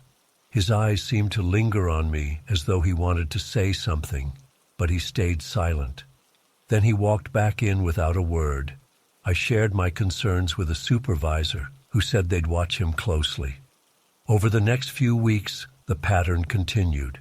John would arrive, do small tasks, and then slip away whenever the kitchen got slammed. He might be gone for 10 or 20 minutes. Then he'd reappear, pick up a stray glass, or clean a single table. He never complained, never argued. He just didn't participate when we needed him. The tension in the restaurant grew. People complained about him privately, but he never faced direct confrontation. He didn't seem to respond to normal social cues. One night, I worked a double shift because we were short-staffed. The schedule showed John was also scheduled to close. Toward the end of the evening rush, we were exhausted. Customers kept coming in, and our cook was running low on certain ingredients. I called out for John to help me restock. He didn't answer. I searched the kitchen, the dishwashing area, even the small office near the back. No sign of him. My coworker and I scrambled to handle everything on our own. When closing time came, John strolled in through the back door. His shirt was barely wrinkled. I confronted him, demanding to know where he had been. He stared at me, then smiled faintly, like he found my anger unimportant. I felt my pulse pound, and a wave of heat passed through my face. The next morning, the manager fired him. It wasn't a dramatic scene. She called him into the office, spoke quietly, and handed him his final check. John walked out without any visible emotion. He didn't argue or storm off. He just left. I felt relieved, thinking maybe the restaurant could return to its normal busy hum without that extra strain. A couple of weeks passed. Things returned to normal for a while. I picked up extra shifts, and we got a new hire who seemed motivated. I stopped thinking about John. Then, one evening, after we closed up, I found a short message on my phone. It came from an unknown number. "Meet me outside. I want to talk." My stomach twisted. I typed back, "Who is this?" The reply came instantly. "Just come outside. 5 minutes." I felt a bead of sweat on my forehead. I looked around the empty restaurant. Only a coworker remained, counting the till in the office. I considered ignoring the text, but something about the phrasing made me suspicious. I peeked out the front window. The parking lot was dim. A few cars remained. I didn't see anyone. I decided to stay inside. I locked the front door and hurried to the office to tell my coworker we should leave together. By the time we wrapped up, the unknown number hadn't sent any other messages. On my way home, I kept looking in the rearview mirror, expecting to see a car following me. I felt my grip on the steering wheel tighten with each turn. Nothing happened. My heart rate stayed high, and my mind replayed the text message. I tried telling myself it could be spam or a wrong number, but I couldn't shake the feeling that John was behind it. The next few days, I checked my phone often. I dreaded seeing another strange text. No new messages arrived. I exhaled in relief. Work felt normal again. We dealt with lunch crowds and dinner rushes, but no more drama. I told myself that John had moved on and that I was just being paranoid. Then, late one night, I heard a noise outside my apartment window. It sounded like slow footsteps on the sidewalk. I froze, my heart thudding in my ears. After a few seconds, I gathered the courage to peek through the blinds. I couldn't see anyone. The street lamp cast an orange glow, but the sidewalk looked empty. I shut the blinds quickly, my skin crawling. I tried to calm down. I told myself it was just someone walking their dog or heading home. But my mind flashed to John's stare and how he lingered in the shadows at work. I locked my windows, double-checked the front door, and sat in my living room with my phone in hand. My chest felt tight, and every small creak in the building made me jump. The rest of the night passed without further incident, but I slept poorly. I woke up twice, thinking I heard faint tapping outside. Each time, I saw nothing. The following weekend, I was scheduled for a late shift, finishing at midnight. I drove to the restaurant as usual. The entire evening I felt on edge. I kept glancing at the entrance, half expecting to see John walk in. He never did. When we locked up, my coworker offered to walk with me to my car. I appreciated that. I scanned the lot, looking for anyone lingering. It was empty. I drove home, checking my mirrors for suspicious vehicles. Again, nothing. I almost laughed at my own jumpiness, but the anxiety didn't fade completely. A few days later, I received another text from an unknown number. Just wanted to clear the air. No name, no details. My heart started pounding. I typed, "Who is this?" No answer. My stomach knotted. I felt cold all over. I tried calling the number. It rang but went to a generic voicemail. I didn't leave a message. I blocked the number immediately, telling myself I was done with this. Still, my fingers trembled when I put my phone down. That night, I kept replaying the memory of John in the parking lot, leaning against the wall. I recalled how he never explained himself. A thought nagged at me. Maybe he wanted to talk about something else, something he never said at the restaurant. But I realized that it didn't matter. He had been fired. I had no obligation to him. I wanted to stay out of any strange encounters.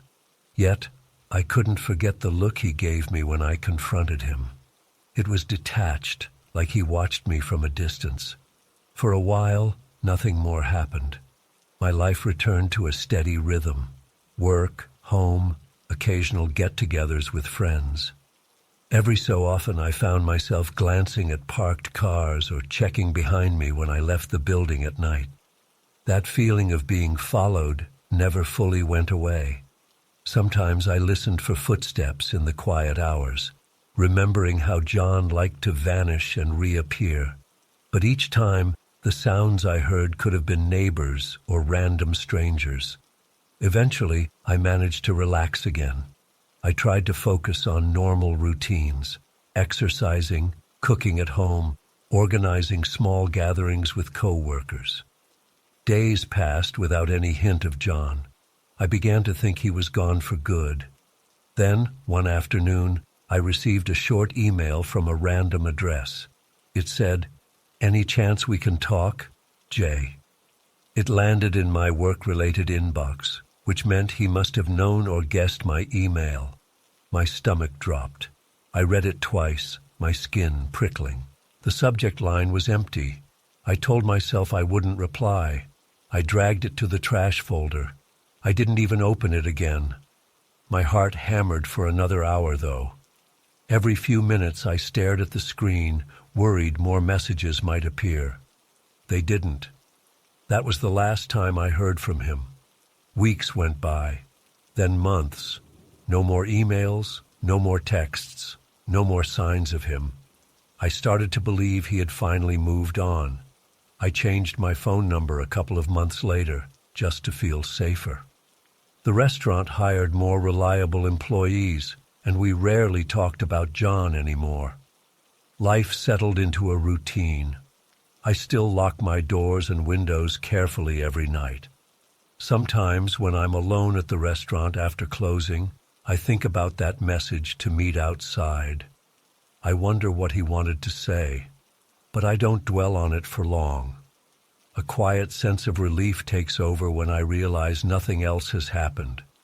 I never saw him lurking near my car again, never found more notes or strange calls. I learned how little it takes to feel unsettled.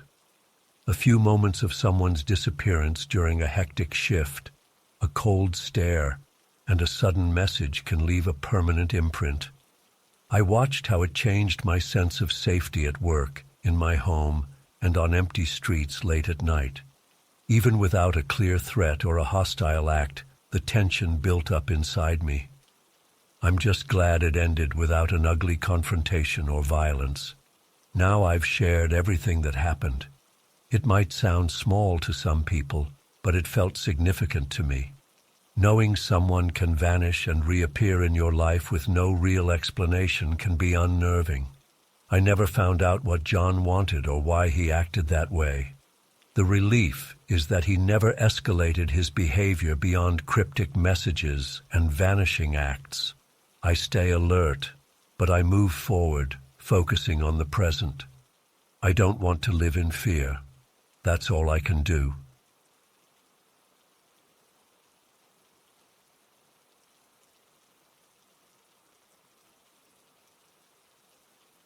I first met Tim at a small gathering hosted by a mutual friend.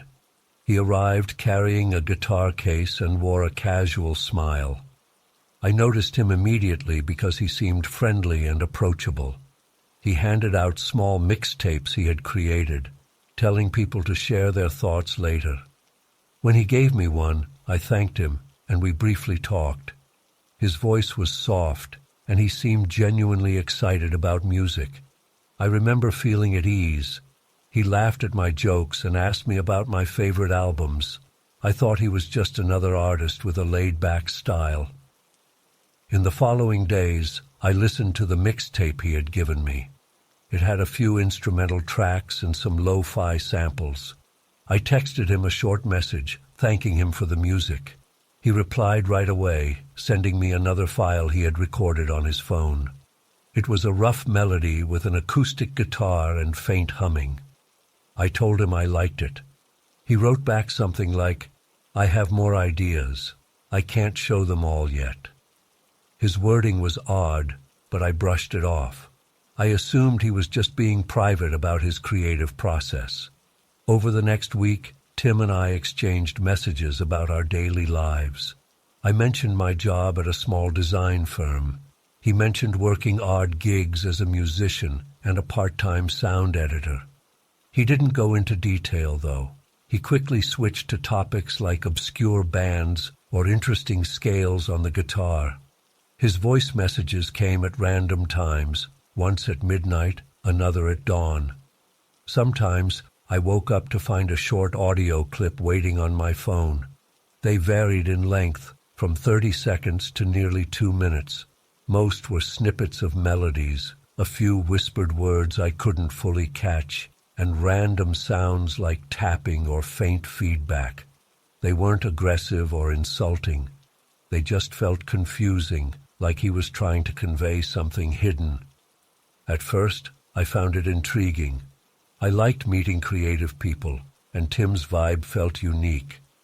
Then, his messages became more cryptic. He began mentioning that he drew inspiration from dark places. He hinted that certain emotions were too raw to share. I asked for more clarity, but he avoided direct answers. If I asked, "What do you mean by dark places?" he would send back a short snippet of music with jumbled notes. I felt unsettled, but also curious. A few weeks later, I noticed changes in how Tim interacted with me. He stopped replying to my questions about his day or how he was feeling. Instead, He would send longer voice messages, filled with half-finished tunes and muffled words. I occasionally picked out phrases like shadows in the chord progression, or the undertow pulling me down. My chest tightened whenever I played those clips. There was no direct threat, but I felt a strange tension. It felt like he wanted me to decode something, yet he never gave me a clear path. Around that time, I started seeing Tim in unexpected places. I worked in a small building with a shared lobby. One afternoon, I looked up from my desk and saw him through the glass front door, standing near the reception area. He wasn't talking to anyone or looking at anything specific. He wore headphones, and his gaze drifted around, eventually landing on me. I felt a jolt of surprise. He didn't smile or come over. He just waited a minute longer, then turned and walked away. I told myself it might be coincidence, but my stomach felt uneasy. Later, I asked him by text if he had been near my workplace. He didn't deny it. He just wrote back, "I wanted to feel the environment that shapes you. It's part of understanding your rhythm." I read that message twice, not sure how to respond. My heart beat faster. I typed, "Please don't show up without telling me." But I erased it. I ended up writing something vague like, "Oh, I see." I felt silly for not confronting him, but I didn't want to overreact. He hadn't harmed me after all. A few days after that, I received a plain envelope in my mailbox at home. It had no return address. Inside was a single sheet of paper with lines of handwriting that looked like lyrics. The words mentioned distance, echoes, and voices that can't connect. It looked incomplete, with scribbled-out sections. I felt a chill reading it. The style reminded me of Tim's random references to hidden emotions. There was no direct sign it was from him, but it matched his tone. I looked around my quiet street, thinking about how he would know my address. He never asked me for it, and I never told him. Yet, there it was. That night, I had trouble focusing on anything. I turned on the TV to drown out my thoughts, but I kept checking the window. I didn't expect to see him outside, but the notion that he could appear at any moment weighed on me. My shoulders ached from tension. I texted a friend, trying to distract myself. I avoided looking at my phone for new messages from Tim. Finally, I decided to confront him the next day. When morning came, I sent him a direct message. "Did you leave something in my mailbox?" He didn't reply until the afternoon. His answer was, "Music comes from many sources. Words, too." I felt my chest tighten again. I asked him to be more direct. He sent me a voice note which started with a single guitar chord, followed by a long pause, then a quiet whisper. "Not everything can be explained. Some things resonate between us." I nearly dropped my phone when I heard his voice so close to my ear. I realized I didn't want to keep engaging this way. I blocked him on my main messaging app, hoping that would end the contact. But that evening, I got an email from him, which meant he had found my address somehow. The subject line was blank. The email just contained a few attached audio files labeled Unfinished 1, Unfinished 2, and Unfinished 3. I didn't open them. I felt my stomach churning. I deleted the email and emptied my trash folder immediately. My skin felt clammy, and I noticed my breathing was shallow. Over the next week, I altered my usual routines. I didn't want to run into Tim by accident, so I switched my coffee shop, avoided walking around certain blocks, and asked a coworker to walk with me when leaving the office. My friend told me I seemed stressed, but I didn't give her the full story. I just said someone was bothering me with strange messages. She advised me to ignore him.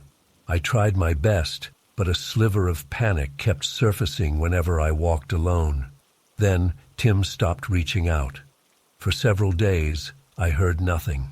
My phone stayed quiet, and my email showed no new suspicious messages. I gradually started to relax, though my guard remained up. Part of me worried he was silently observing, waiting to send something else. Another part of me hoped he'd moved on. About 2 weeks into that lull, I discovered a small piece of paper slipped under my front door when I returned home from work. It showed random musical notes, not on a staff, just drawn symbols in rows, no words. I stared at it in my hallway, my pulse thumping in my ears. I felt a wave of anger and fear. I wondered if Tim had physically come to my doorstep. The note looked like a puzzle, but I had no interest in solving it. I ripped it up and threw it away, then double-checked my locks. That night, I placed a chair against the door as a precaution. I hardly slept. Every time I closed my eyes, I thought I heard faint strumming or humming, but it was likely my mind playing tricks. The next morning, I made a decision. I wrote Tim a final email. I kept it short. I told him I did not want any more messages or notes, and if he continued, I would take further steps to protect myself. Then I blocked his email. After that, I told a friend everything. She insisted I keep records of everything that had happened. I gathered screenshots, phone logs, and the mysterious lyrics. I felt relief just knowing I had a plan if he persisted. To my surprise, Tim vanished. Days passed, then a week, then 2. No new envelopes, no new emails or calls from unknown numbers. I waited, tense, expecting something else to arrive. Nothing did. My shoulders slowly loosened. My focus at work improved. I started going back to my usual coffee shop. I called up friends for dinners and movies, trying to reclaim my normal routine. The tension didn't leave overnight, but I felt it easing. Months went by without any contact from Tim. The fear remained in the back of my mind, but it stayed quiet, like a low hum instead of a roar. I never figured out what he truly wanted. He never explained the meaning behind all those half-finished melodies or cryptic messages. He never apologized or closed the loop. He just faded away. Sometimes I wonder if he's still out there, composing odd tracks and leaving snippets for someone else. The thought sends a mild shiver through me, but I can't let it control my life. I've learned to maintain stronger boundaries and protect my personal information. I'm more cautious when sharing details with new acquaintances. I also listen to my instincts. The moment I feel that tug of unease, I pay attention now.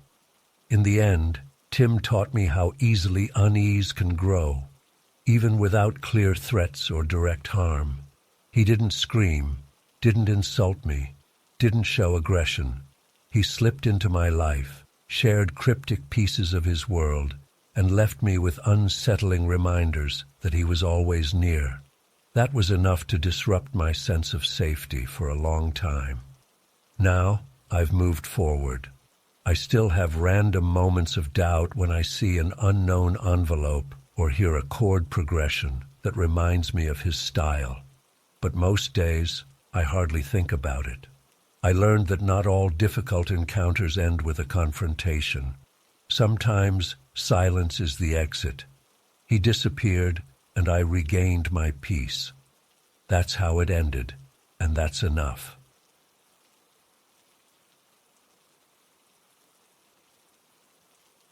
I remember the day my father decided to seal the attic. It was a Saturday afternoon, and I was passing by the hallway when I saw him carrying a small toolbox. He had a drill, a handful of screws, and a focused expression on his face. I asked him what he was doing, but he just said, "There've been strange noises up there." He climbed the ladder leading to the attic's hatch, and I stood at the bottom, trying to figure out what he meant.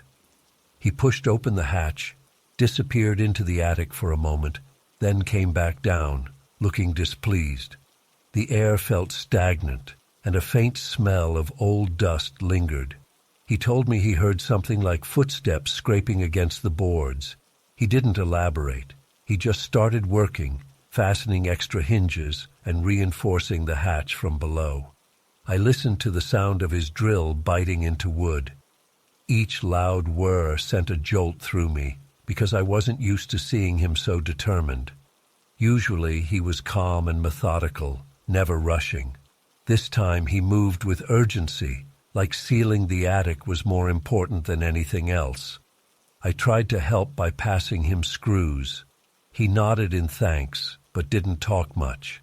I noticed his hands shaking a little when he tightened the last screw. After finishing, he wiped his forehead, took a breath, and told me not to mess with the hatch. I felt a wave of confusion. The attic had always been a plain storage space full of holiday decorations and old boxes. I couldn't recall anyone complaining about noises before.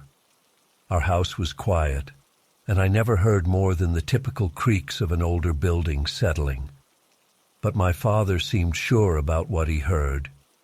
He stepped down from the ladder, put his tools away, and changed the subject to something random, like the grocery list for the week. I could tell he didn't want to discuss the attic anymore. I kept glancing at the newly reinforced hatch. It looked the same as always, except now it had extra brackets. There were fresh screw heads shining in the wood. The whole thing gave me an uneasy feeling. That night, I couldn't sleep. I lay in bed, replaying the day's events. I pictured my father up there, peering into the attic, listening for something. I recalled the tension in his posture. He rarely showed fear or worry, so seeing him act this way put me on edge. I turned off my bedside lamp, but I stayed awake a long time. Every so often, I thought I heard soft creaks somewhere above me. It might have been normal house noises, but it made my skin crawl. The next day, I tried asking him more questions. I asked if he was sure there weren't any animals up there, like raccoons or squirrels. He said he didn't see any. I offered the idea of calling pest control, but he shook his head. "No sign of damage, just footsteps," he said, almost under his breath. Then he grabbed the car keys and said he needed to run errands. I felt unsettled in the quiet house. My mother was away visiting relatives, so I had no one else to talk to about it. I wandered around, tidying up small things, trying to focus on normal chores. But I kept glancing at the hallway ceiling, where the hatch was secured. A few times I thought I heard light tapping. Each time I froze, heart pounding, and stared up at that small rectangular door. Eventually, the noise would stop, and I'd feel silly, thinking maybe my imagination had kicked into high gear. Over the following week, my father avoided the subject. If I mentioned the attic, he changed topics. I started to get nervous at night. My room was near the hallway. Sometimes I'd get up to use the bathroom, and I'd pass right under that sealed hatch. My eyes would drift upwards, and my chest would tighten. The screws in the corners reflected the hallway light, making the edges look more defined. It reminded me that my father, usually so calm, had found it necessary to lock that space. After about a month, I asked him directly if we could just open the attic and check. He refused. He insisted it was safer this way. He didn't explain what he meant by safer. He just said the noises hadn't come back since he sealed it, and that was enough for him. But I could see a flicker of uncertainty in his eyes.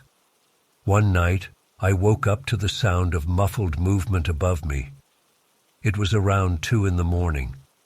At first I thought I was dreaming, but then I heard a distinct scraping noise, like something dragging across wooden beams. My heart hammered against my chest. I lay perfectly still, holding my breath. The sound continued for a few seconds, then stopped. Everything fell silent, except for my own pulse throbbing in my ears. I considered waking my father, but a surge of fear told me to wait. Maybe it would stop. Maybe I was mistaken. I spent the rest of the night half awake, jumping at every small creak. In the morning, my father noticed the dark circles under my eyes. He asked if I slept well. I told him I heard something in the attic again. He stiffened, then sighed. He said, "I told you, it's sealed now. Nothing can get in or out." His tone was firm. I felt my stomach twist. He didn't say I was imagining things, but he didn't offer reassurance either. It was like he didn't want to think about it. I asked if he heard anything. He shook his head and changed the topic to the day's errands again. Days passed. The house returned to its usual quiet, with no more strange footsteps at night. I wanted to believe everything was fine. Still, the memory of that scraping noise lingered in my mind. I started paying closer attention to small details around the house. I checked for signs of holes or chewed openings in the attic floor from below, shining a flashlight up there. I saw nothing unusual, just the same sealed hatch. I felt a flicker of frustration. Why was my father so certain that sealing it solved the problem? If there was an animal trapped in there, it needed to be dealt with. But he seemed to think ignoring it was best. Another week went by without incident, until one evening, just before dinner, I passed by the hallway and smelled something musty coming from above. It was faint, but it seemed like stale air or something that hadn't seen ventilation in a while. I told my father, and he looked tense. He rubbed his temples and said, "We're not opening it up. Let's see if it goes away." I felt my patience slip. I asked him why he was so determined to keep the attic closed. He finally admitted that the footsteps he heard before were more than just a random scurry. He said they sounded like a person pacing. I stared at him, speechless. He gave me a hard look, like he regretted telling me. Then he walked off, leaving me with a lump in my throat. That night, my mind raced. If he believed a person had been up there, why not call the police? Why not investigate further? My pulse quickened at the thought of a stranger hiding above us. The hatch was securely screwed in place now, but was that all that stood between us and whoever might be up there? Over the next few days, I tried to get more information out of my father, but he clammed up. Whenever I brought it up, he'd respond with a brief sentence or a shrug, then leave the room. He acted as if continuing the discussion would make it real again. My mother was still away, so I had no backup. I started to feel like I was alone in my concern. The rest of the house felt normal. The musty smell faded after a while. I didn't hear any more noises at night. Maybe my father was right, and whoever or whatever might have been up there was gone. But the memory didn't fade. The sealed hatch bothered me. I caught myself standing in the hallway, looking up, wondering what was beyond those screws. My father had placed a new latch on one side too, making sure no one could push it open from above. It felt like a locked door to a room that no one wanted to enter. It made me uneasy. One evening, I tried to talk to my father again, asking if we should at least store something up there or check the ventilation. He shrugged me off. I noticed he was reading the newspaper, and his face looked tired. I pushed a little harder, asking if we should call a professional to inspect the attic. He slammed the paper down and said, "Don't bring it up again." His tone was so sharp that I felt a spark of fear in my chest. I backed off. For a few weeks, everything stayed quiet. I caught up on normal life stuff, work, friends, small errands. I tried not to dwell on the attic. My father seemed calmer too, though he rarely stayed home alone at night. He always found an excuse to run out or visit a friend. When he was home, he stayed downstairs, as if he didn't want to be near the hallway. I pretended not to notice his behavior. Then, out of the blue, My mother returned from her relative's place. She didn't know anything about what had happened with the attic. I expected my father might explain, but he stayed silent. The day after she came back, she asked me why the attic hatch had extra screws. I hesitated. I told her we thought we heard something up there. She frowned and looked at my father for more details. He muttered something vague about hearing noises, then quickly changed the subject, offering to help her unpack. My mother looked confused but shrugged it off, probably assuming it was a small home fix. Eventually, my mother decided she wanted to get the holiday decorations down from the attic. I froze when she mentioned it. She and I were in the living room, going through storage lists. She pointed out that the old boxes were still up there. I told her we couldn't access them easily because the hatch was screwed shut. She gave me a puzzled look. "Well, we can unscrew it, can't we? It's just a few screws." I felt my heart rate spike. I told her maybe we shouldn't. She insisted it was no big deal. I didn't know how to explain without worrying her. Then my father walked in and overheard us. He firmly said, "Leave it. We don't need those decorations." She raised her eyebrows, taken aback. A tense atmosphere settled in the room. My father just stood there, arms crossed. Finally, my mother let out a sigh and said, "Okay, fine, but don't blame me if we have a dull holiday." She left to go do something else, and my father shot me a look that said, "Don't push it." That was the last direct conversation we had about the attic. My mother eventually forgot about the decorations. Life moved on. My father stopped giving me short answers and returned to his usual demeanor, except he never mentioned the attic again. I never forced the issue. I still lived in that house, going to bed each night with the knowledge that the attic was sealed tight. Sometimes I'd catch myself staring at the hallway ceiling, but I never heard the footsteps again. Over time, the memory of that tense period slowly faded.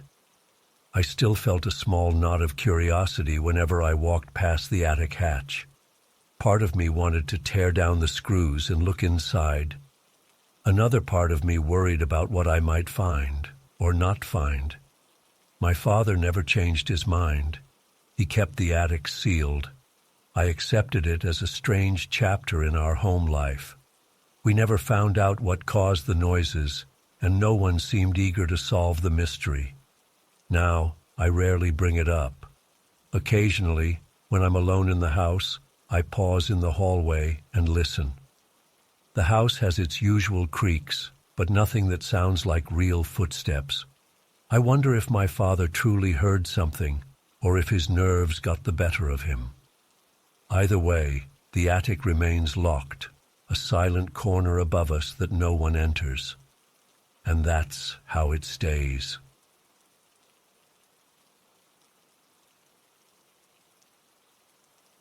I received a strange note during my second year at culinary school.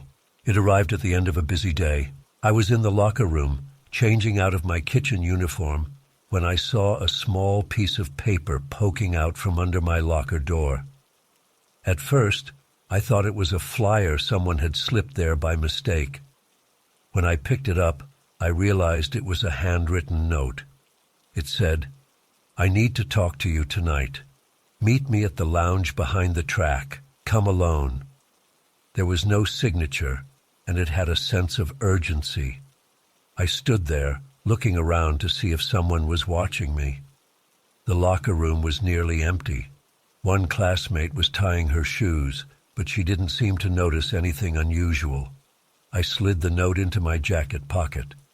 My heart felt a little uneasy, but I tried to stay calm. I left the building, heading for the bus stop.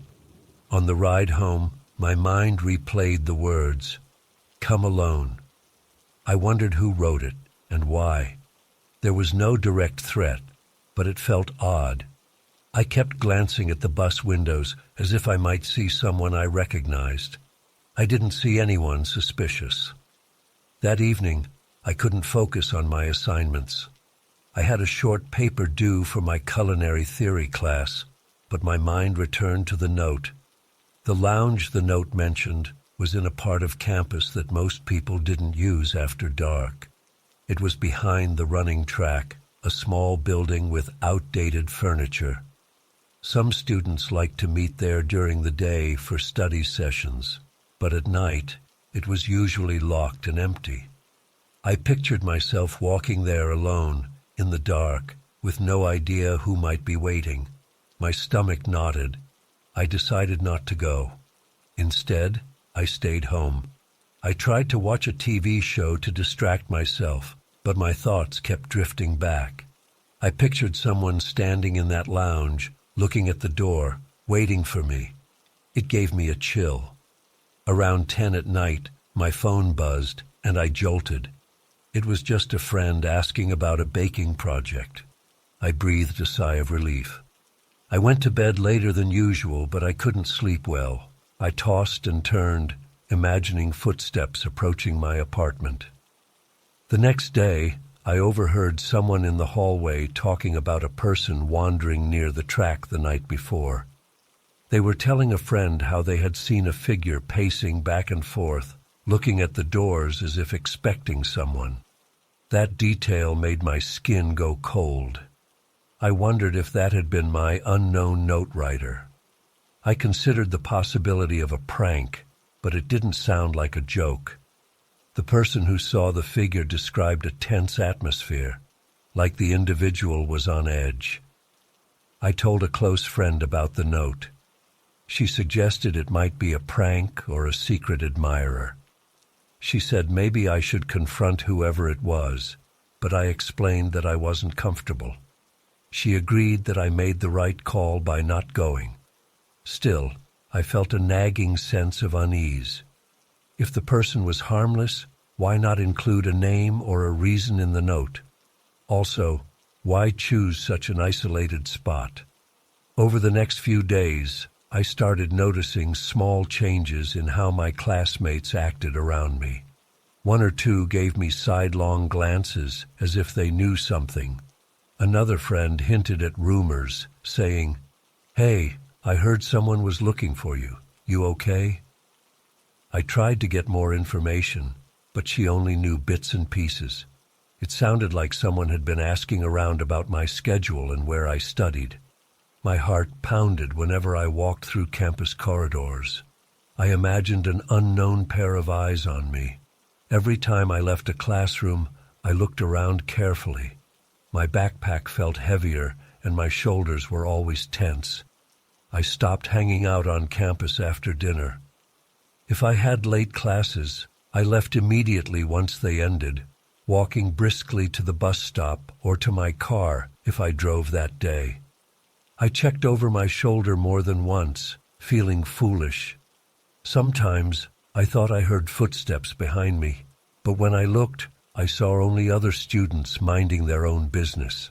One afternoon, I spoke with a faculty member, not giving full details, but asking if there had been any security alerts. She said she didn't know of any, but she advised me to stay cautious. I considered reporting the note officially, but it had no direct threat, and I didn't have a name or description of anyone. It felt pointless, so I decided to keep things quiet. Meanwhile, a subtle tension grew in my day-to-day life. I started to question the motives of people I barely knew. A classmate who rarely spoke to me suddenly asked if I needed help with a cooking technique, and I wondered if that was a normal friendly gesture or if they were gathering information. My imagination ran wild, but I couldn't help it. I felt trapped by uncertainty. About a week later, I overheard another rumor. Someone had walked around the lounge area again on 2 separate nights, asking if anyone had seen me. The lounge's windows were sometimes lit during the day, but after 6 o'clock, that part of the campus was dark. The idea that someone stood there in the cold, waiting, sent a chill up my spine. I told my friend about it, and she insisted I avoid the lounge altogether, even during the day. I nodded in agreement. The stress started affecting my sleep. I lay in bed, replaying every step I took on campus, wondering if the person behind the note was watching me from a distance.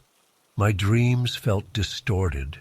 A few times I woke up in a sweat, convinced I'd heard someone knock on my door. When I checked, no one was there. In the morning, I felt exhausted, and I had trouble focusing in my culinary labs. My instructor pulled me aside one day, asking if everything was all right. I just blamed it on stress from upcoming exams. He seemed skeptical, but didn't push. Then, one late afternoon, I found another note. This time, it was in my mailbox at school. It looked similar to the first one. Same rough handwriting, same style. It said, "I waited. We need to talk. Don't ignore this." My pulse raced when I read it. I looked around the mailroom, but nobody stood out. People were busy picking up letters and packages. I felt trapped. Whoever wrote this note must have placed it there recently, knowing my mailbox number. I fought the urge to crumple it up on the spot. Instead, I stuffed it into my bag. I left campus immediately and drove home with shaky hands. That night, I locked my doors and windows. I called my friend and read her the note over the phone. She said I should seriously consider telling campus security. I hesitated again. The note didn't threaten me directly. It just demanded a meeting. I doubted security would do much without a clear threat. But I told her maybe I would talk to them. Over the next few days, I stayed away from campus in the evenings. I scheduled early morning labs and studied at home whenever possible. I also tried to find out if anyone else had received similar notes. A classmate said she heard about someone else receiving a weird message, but it turned out to be a different situation entirely. I felt alone with this issue. My friend pushed me to talk to a security officer, but I kept stalling. Finally, one afternoon, I saw a security officer patrolling near the cafeteria. I approached him, feeling awkward. I said I wanted to report an anonymous note. He asked for details, and I explained the situation. He asked if I had the notes with me. I had them in my backpack. I handed them over. He looked at them carefully, then asked if I knew who could have written them. I admitted I had no idea. He said they could keep a lookout, but without a name or description, there wasn't much they could do. He advised me to travel with friends or let them know if anything escalated. I felt a little better after talking to him, but only a little. That evening, I walked to the bus stop with a friend. We parted ways at our respective stops. I was still jumpy. My phone buzzed at one point, and I nearly dropped it. It was just a reminder for a study group. No new messages from the unknown person. Days turned into a week. No new notes arrived. I began to let my guard down a little. My friend suggested we check the lounge area during the day, just to see if anything looked suspicious. We went around lunchtime. The place was empty, except for a janitor cleaning. The windows had a thin layer of dust, and the old couches inside looked worn. Nothing stood out. I felt a flicker of relief. Maybe whoever wrote the notes had given up. Another week passed. My normal sleep returned. I stopped glancing over my shoulder as often. I focused on an important practical exam in my pastry module. I felt calmer, though I still kept the security officer's number handy. Eventually, the rest of the semester ended without any further incidents. The notes never returned. No one confronted me about a missed meeting. The rumors died down as people got busy with finals, internships, and holiday plans. By the time I started my next semester, I hardly thought about the mysterious note writer. Yet sometimes, when I pass the lounge behind the track, I feel a faint anxiety. I remember how I used to picture someone standing there, waiting under a flickering light, checking their watch for me. I recall the heavy tension in my stomach When I first found that note in my locker room, there was no grand resolution, no unveiling of who was behind it or why they wanted to meet so badly. I never found out if they had good intentions or if it was something more sinister. It simply ended with silence, leaving me with an unease that lingered longer than I expected. Now I'm more cautious. I don't pick up random notes without looking around first. I keep an eye on who's around me when I'm on campus late. I still wonder sometimes if the person got bored, found someone else to contact, or realized I wouldn't respond. There are moments when I think about how a simple piece of paper caused weeks of stress. It taught me that fear can grow in the space of not knowing. Without direct information, my imagination filled in the worst possibilities. That's how the whole thing happened. It never built up to a dramatic confrontation. It faded into the background, leaving me with a memory of quiet fear and a stronger sense of caution. Even now, when I recall that first note, I feel a slight twinge of nerves. But life went on, and I adapted. That's all I can really do.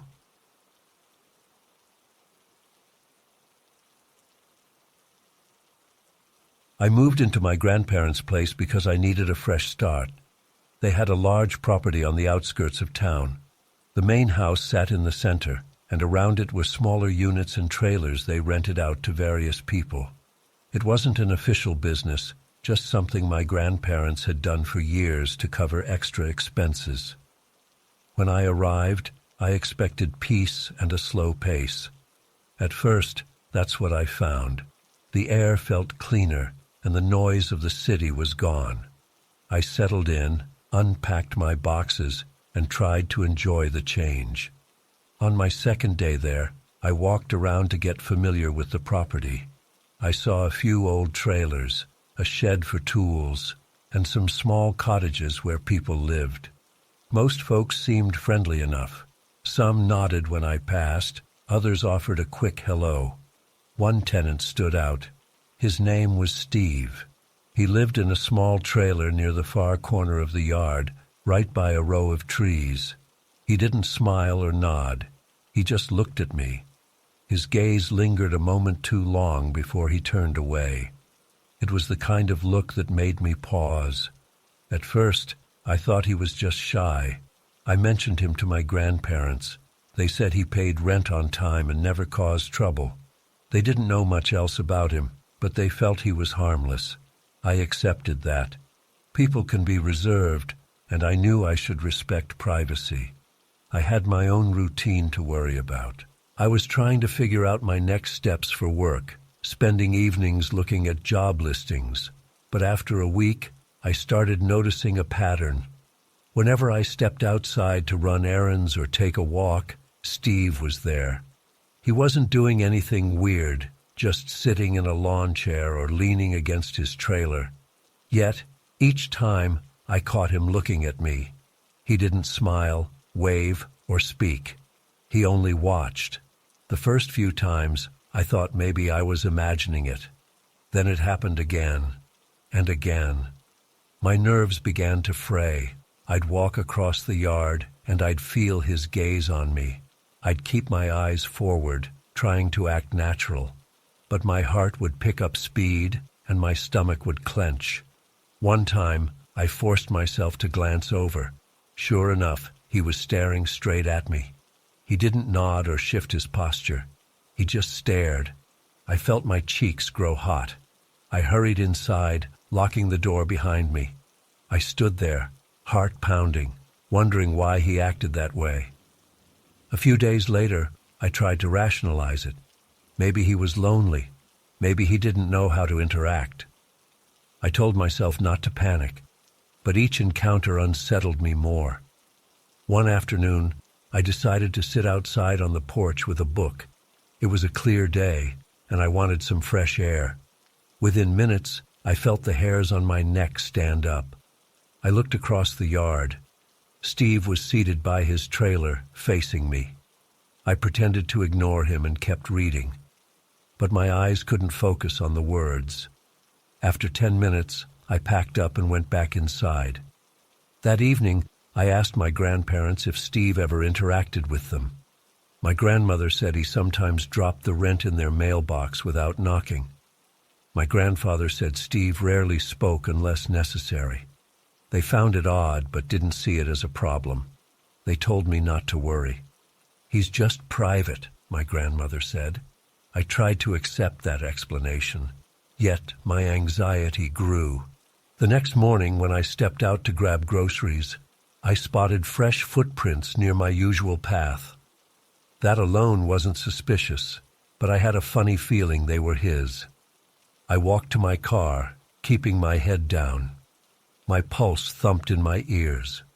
I glanced back once before driving off. I saw him in the distance, watching from behind a tree. My grandmother noticed I was jumpy. She asked if everything was okay. I said I was tired. She teased that maybe I needed more sleep. I wanted to tell her about Steve's constant staring, but I was afraid of sounding dramatic. He never threatened me, never approached me. I didn't want to start a problem without solid proof of wrongdoing. Over the next week, I did everything I could to avoid him. If I saw him outside, I waited until he went back into his trailer. If I needed to walk across the yard, I hurried. Still, I felt uneasy, like someone was behind me even when I couldn't see him. At night, I checked the windows and doors more than once. I placed a chair under the doorknob in my bedroom just in case. That might have been extreme, but I couldn't shake the tension. One day, I tried to challenge my fear. I told myself I'd say hello if I passed him, just to see if that broke the ice. So, late one afternoon, I went outside to water some flowers near the fence. As expected, Steve appeared. He stood a few yards away, hands in his pockets. I swallowed, worked up my nerve, and said, "Hi, how's it going?" He didn't answer. He continued looking at me with that same blank expression. My stomach clenched.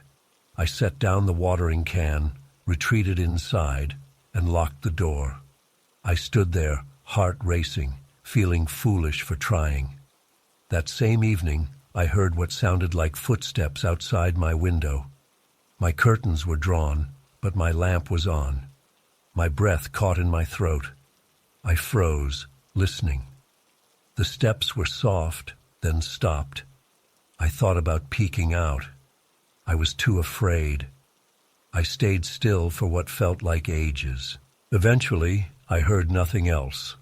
I told myself it could have been a cat or a raccoon. Still, I barely slept that night. I decided to speak to my grandparents more firmly. I explained that Steve was always staring, that he made me uncomfortable. They looked concerned. My grandmother said she'd mention it to him, maybe ask if everything was all right. My grandfather said he'd keep an eye out. I felt a bit better. The next afternoon, I saw them walk across the yard and talk to him. He was polite, apparently, but offered no real explanation. My grandparents came back and said he apologized if he made me uneasy. He claimed he didn't realize he was staring. I remained skeptical, but I tried to be fair. Maybe he lacked social skills. For a while, things calmed down. Steve stopped sitting outside as often, or at least not when I was around. I felt my shoulders loosen a bit. I thought maybe the conversation helped. I went about my days more easily, focusing on job applications and daily chores. Life felt normal again. Then, late one night, I heard a soft knock on my window. It was past midnight, and everyone else was asleep. My heart pounded. I wondered if I should turn on a light or check the window. Fear pinned me in place. After a moment, I crept to the window, staying low, and peeked out from the corner of the curtain. No one was there. My stomach twisted. I flicked on a lamp, hoping to scare away whoever it was. I stayed up for an hour, nerves buzzing. Eventually, I convinced myself to go back to bed. The next morning, I found footprints in the dirt below my window. They led toward Steve's trailer, Though I couldn't be certain they were his, I told my grandparents. My grandfather marched straight to Steve's trailer, but Steve wasn't there. My grandfather grumbled that maybe it was just a stranger passing through, though we rarely had strangers on the property. That entire day, I felt on edge. My eyes darted around at every small sound. By sundown, I was exhausted from the tension. I locked my windows tight. I triple-checked the doors. I told my grandmother I might look for a place of my own. She looked sad, but understood. She said I should do what made me comfortable. As the week continued, I noticed no new signs of odd behavior. Steve stayed inside his trailer most of the time. I sometimes saw him through the window, standing near his kitchenette, but he kept his curtains half drawn. He didn't seem to watch me anymore. I felt relief mixed with lingering worry. Then, without warning, Steve moved out. It happened in the middle of a weekday. I saw him packing a small car with boxes and bags. He didn't say goodbye to anyone, just loaded his stuff and drove off. My grandparents were surprised. He hadn't given them notice. He left the final rent on the kitchen table inside his trailer, along with the key. It was abrupt. When I heard the news, I felt a wave of relief pass through me. Then, almost immediately, I felt uneasy again. Why did he leave so suddenly? Did something happen? Or did he sense that I was about to escalate matters? My grandparents checked the trailer. Nothing was damaged. They found no clue about his life or where he might have gone. He left no forwarding address. I tried not to dwell on it, but questions filled my mind. Had I overreacted, or was my discomfort valid? Maybe I'll never know. I'm just glad I don't feel that oppressive stare every time I step outside. The tension remained for a while. I still locked my doors with extra care. Sometimes I woke in the night, thinking I heard footsteps in the yard. Each time I told myself Steve was gone. The property felt different, though. Every shadow in the yard brought back a flash of memory, a sense of being watched. Over time, that feeling eased, but it never went away completely. I learned how powerful a silent presence can be. Steve never threatened me or raised his voice. He didn't do anything physical, yet his constant observation made me question my own safety. It reminds me that not all discomfort comes from obvious threats. Sometimes, just knowing someone is there, watching without explanation, is enough to shake you. Now, I'm more cautious, even in a familiar place like my grandparents' home. I still enjoy the open space, but I carry a small tension in my shoulders. I haven't found that perfect job yet, but I keep looking. I also keep a watchful eye on who moves into those trailers and cottages. One silent neighbor was enough for me. I hope the next ones at least say hello and act a bit more normal. In the end, nothing dramatic happened. Steve left, and life went on. My grandparents kept renting that trailer to new people. They didn't raise the subject again, and I didn't push it. But I still think about it sometimes, how a single person's quiet gaze can disrupt an entire sense of security. I'm just grateful that for now, I can walk around the yard without feeling those eyes on my back. That sense of relief is worth a lot. I won't forget it anytime soon.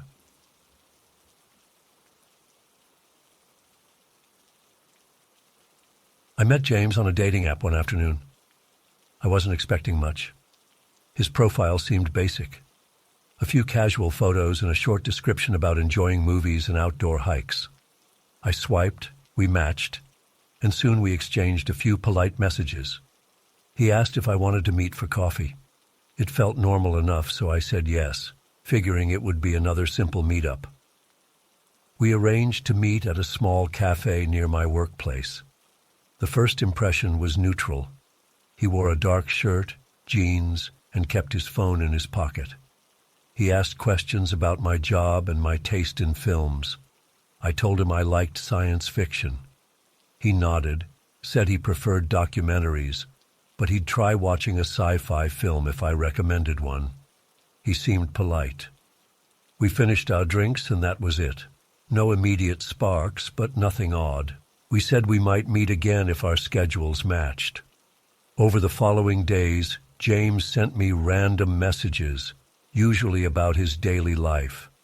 Then he started mentioning someone else in his texts, an old partner or close friend. At first, I assumed it was just a casual story. He wrote things like, "She thinks we might get along," or "I need to let her know how things progress." I grew confused. When I asked who she was, he avoided a direct answer. He'd say, "Don't worry, she's just protective." It felt a bit strange, but I brushed it off. We decided to see each other a second time. This time we met at a burger place. During our meal, he suddenly brought up the idea that his old friend needed to approve of anyone he dated.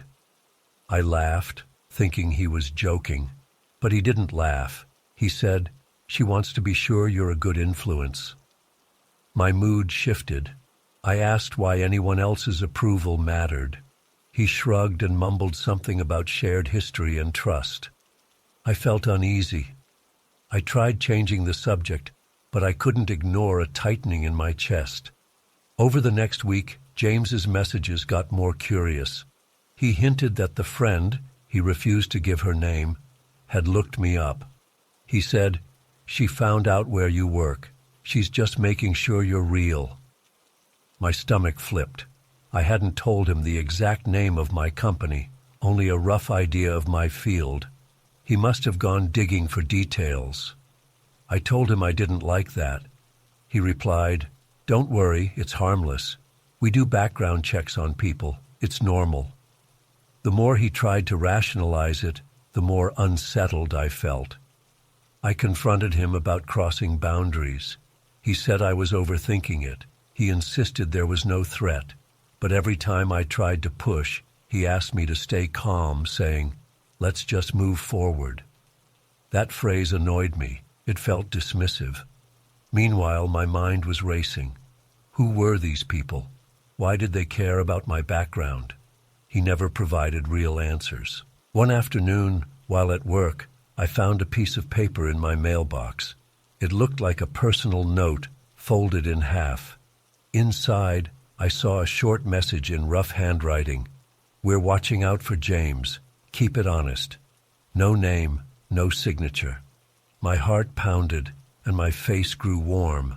I glanced around, wondering who might have slipped it in there. Nobody looked suspicious. My office building has a secured mail area, so it couldn't have been just anyone. Fear twisted my stomach. I texted James immediately, asking if he wrote the note or if his friend did. He replied with a single line, "I told you she'd be thorough." I felt a rush of anger and anxiety. I told him I was uncomfortable, that this was too much. He answered that it was a simple check and that I shouldn't take it personally. My hands shook as I locked my phone, unsure what to do next. I tried talking to a coworker about it, leaving out details. She said it sounded like a red flag. She urged me to cut ties. I agreed but felt stuck. Part of me wanted a direct explanation. Another part of me wanted to vanish and never speak to him again. I felt tense every time I thought about going home or heading to the grocery store. I imagined people watching me from a distance, taking notes. That night, I decided to block James's number. I removed him from the dating app as well. I felt a twinge of relief. The next morning, my phone buzzed with a text from an unknown number. "Hey, I can still see you on Messenger. Let's not cut communication. She'll think you're hiding something." My blood ran cold. I realized he, or his friend, must have other ways to contact me. I blocked that number too. I felt a spike of panic. I pictured them tracking my routines. It made me check my apartment window and door more carefully before bed. A few days passed without more messages. I started to breathe easier. I walked to my car after work, scanning the area for any suspicious faces, but saw nothing. My phone stayed silent. I tried to focus on normal life. I told my coworker that maybe it was over. She suggested I remain cautious. I nodded, trying to push the tension away. Then, on a Friday evening, I found another note in my personal mail at home. A single sentence. "She is waiting to hear from you." No threat, no signature. My mind raced with questions. How did they know my home address? Probably from public records or social media. My heart pounded with each new realization of how easy it was to find personal information. I called a friend, explained a bit of the situation, and asked to stay at her place for a night. She agreed. I packed a small bag and left, trying to calm my nerves. The next morning, I considered contacting the police, but I had no direct threat to show. The notes were vague. James never physically approached me. I had no proof of who was leaving them. It sounded more like strange harassment than a clear crime. I felt frustrated and anxious. My friend encouraged me to file a report anyway, just to have a record. I decided I would if it escalated further. I returned to my apartment that evening. Everything looked normal. No new notes, no signs of a break-in. A week passed, no messages, no notes. I started to regain a sense of normalcy. I still looked over my shoulder, but less often. I tried to focus on my projects at work, my hobbies, and my social life. The memory of James and his so-called friend drifted to the back of my mind. Occasionally, I jumped when I heard the mail slot rattle, but I found only standard mail, nothing suspicious. Another week went by. Then, I got an email from a strange address. The subject line was blank. The body read, "Is everything clear now? She's satisfied for now." My heart pounded. I clenched my jaw. My first reaction was to delete it, but I saved it, thinking it might serve as evidence if I needed it. I blocked that email address as well. My mind whirled with questions. Were they done? Or was this just another warning? I called my friend again, venting my frustration. She listened patiently. She agreed it sounded like they were backing off, but she warned me not to relax too much. I promised her I would remain careful. Over the next several days, no new emails or messages appeared. My phone was quiet, aside from normal texts from friends and coworkers. Eventually, life smoothed out. The sense of dread ebbed away. I still locked my doors and windows religiously, but I stopped expecting a new note each time I checked my mail. My friend and I talked about it less and less. I focused on future plans, maybe a short vacation or a new project at work. Whenever I thought about James, I felt a slight shiver, remembering how easy it was for him to gather my info and rope me into a bizarre situation. But I pushed those thoughts aside. Months later, I still hadn't heard from James or whoever was behind his circle. I remained cautious with my personal details online. I adjusted privacy settings on social media, changed a few passwords. I told myself I'd be more careful with dating apps in the future, or at least watch for early signs of strange behavior.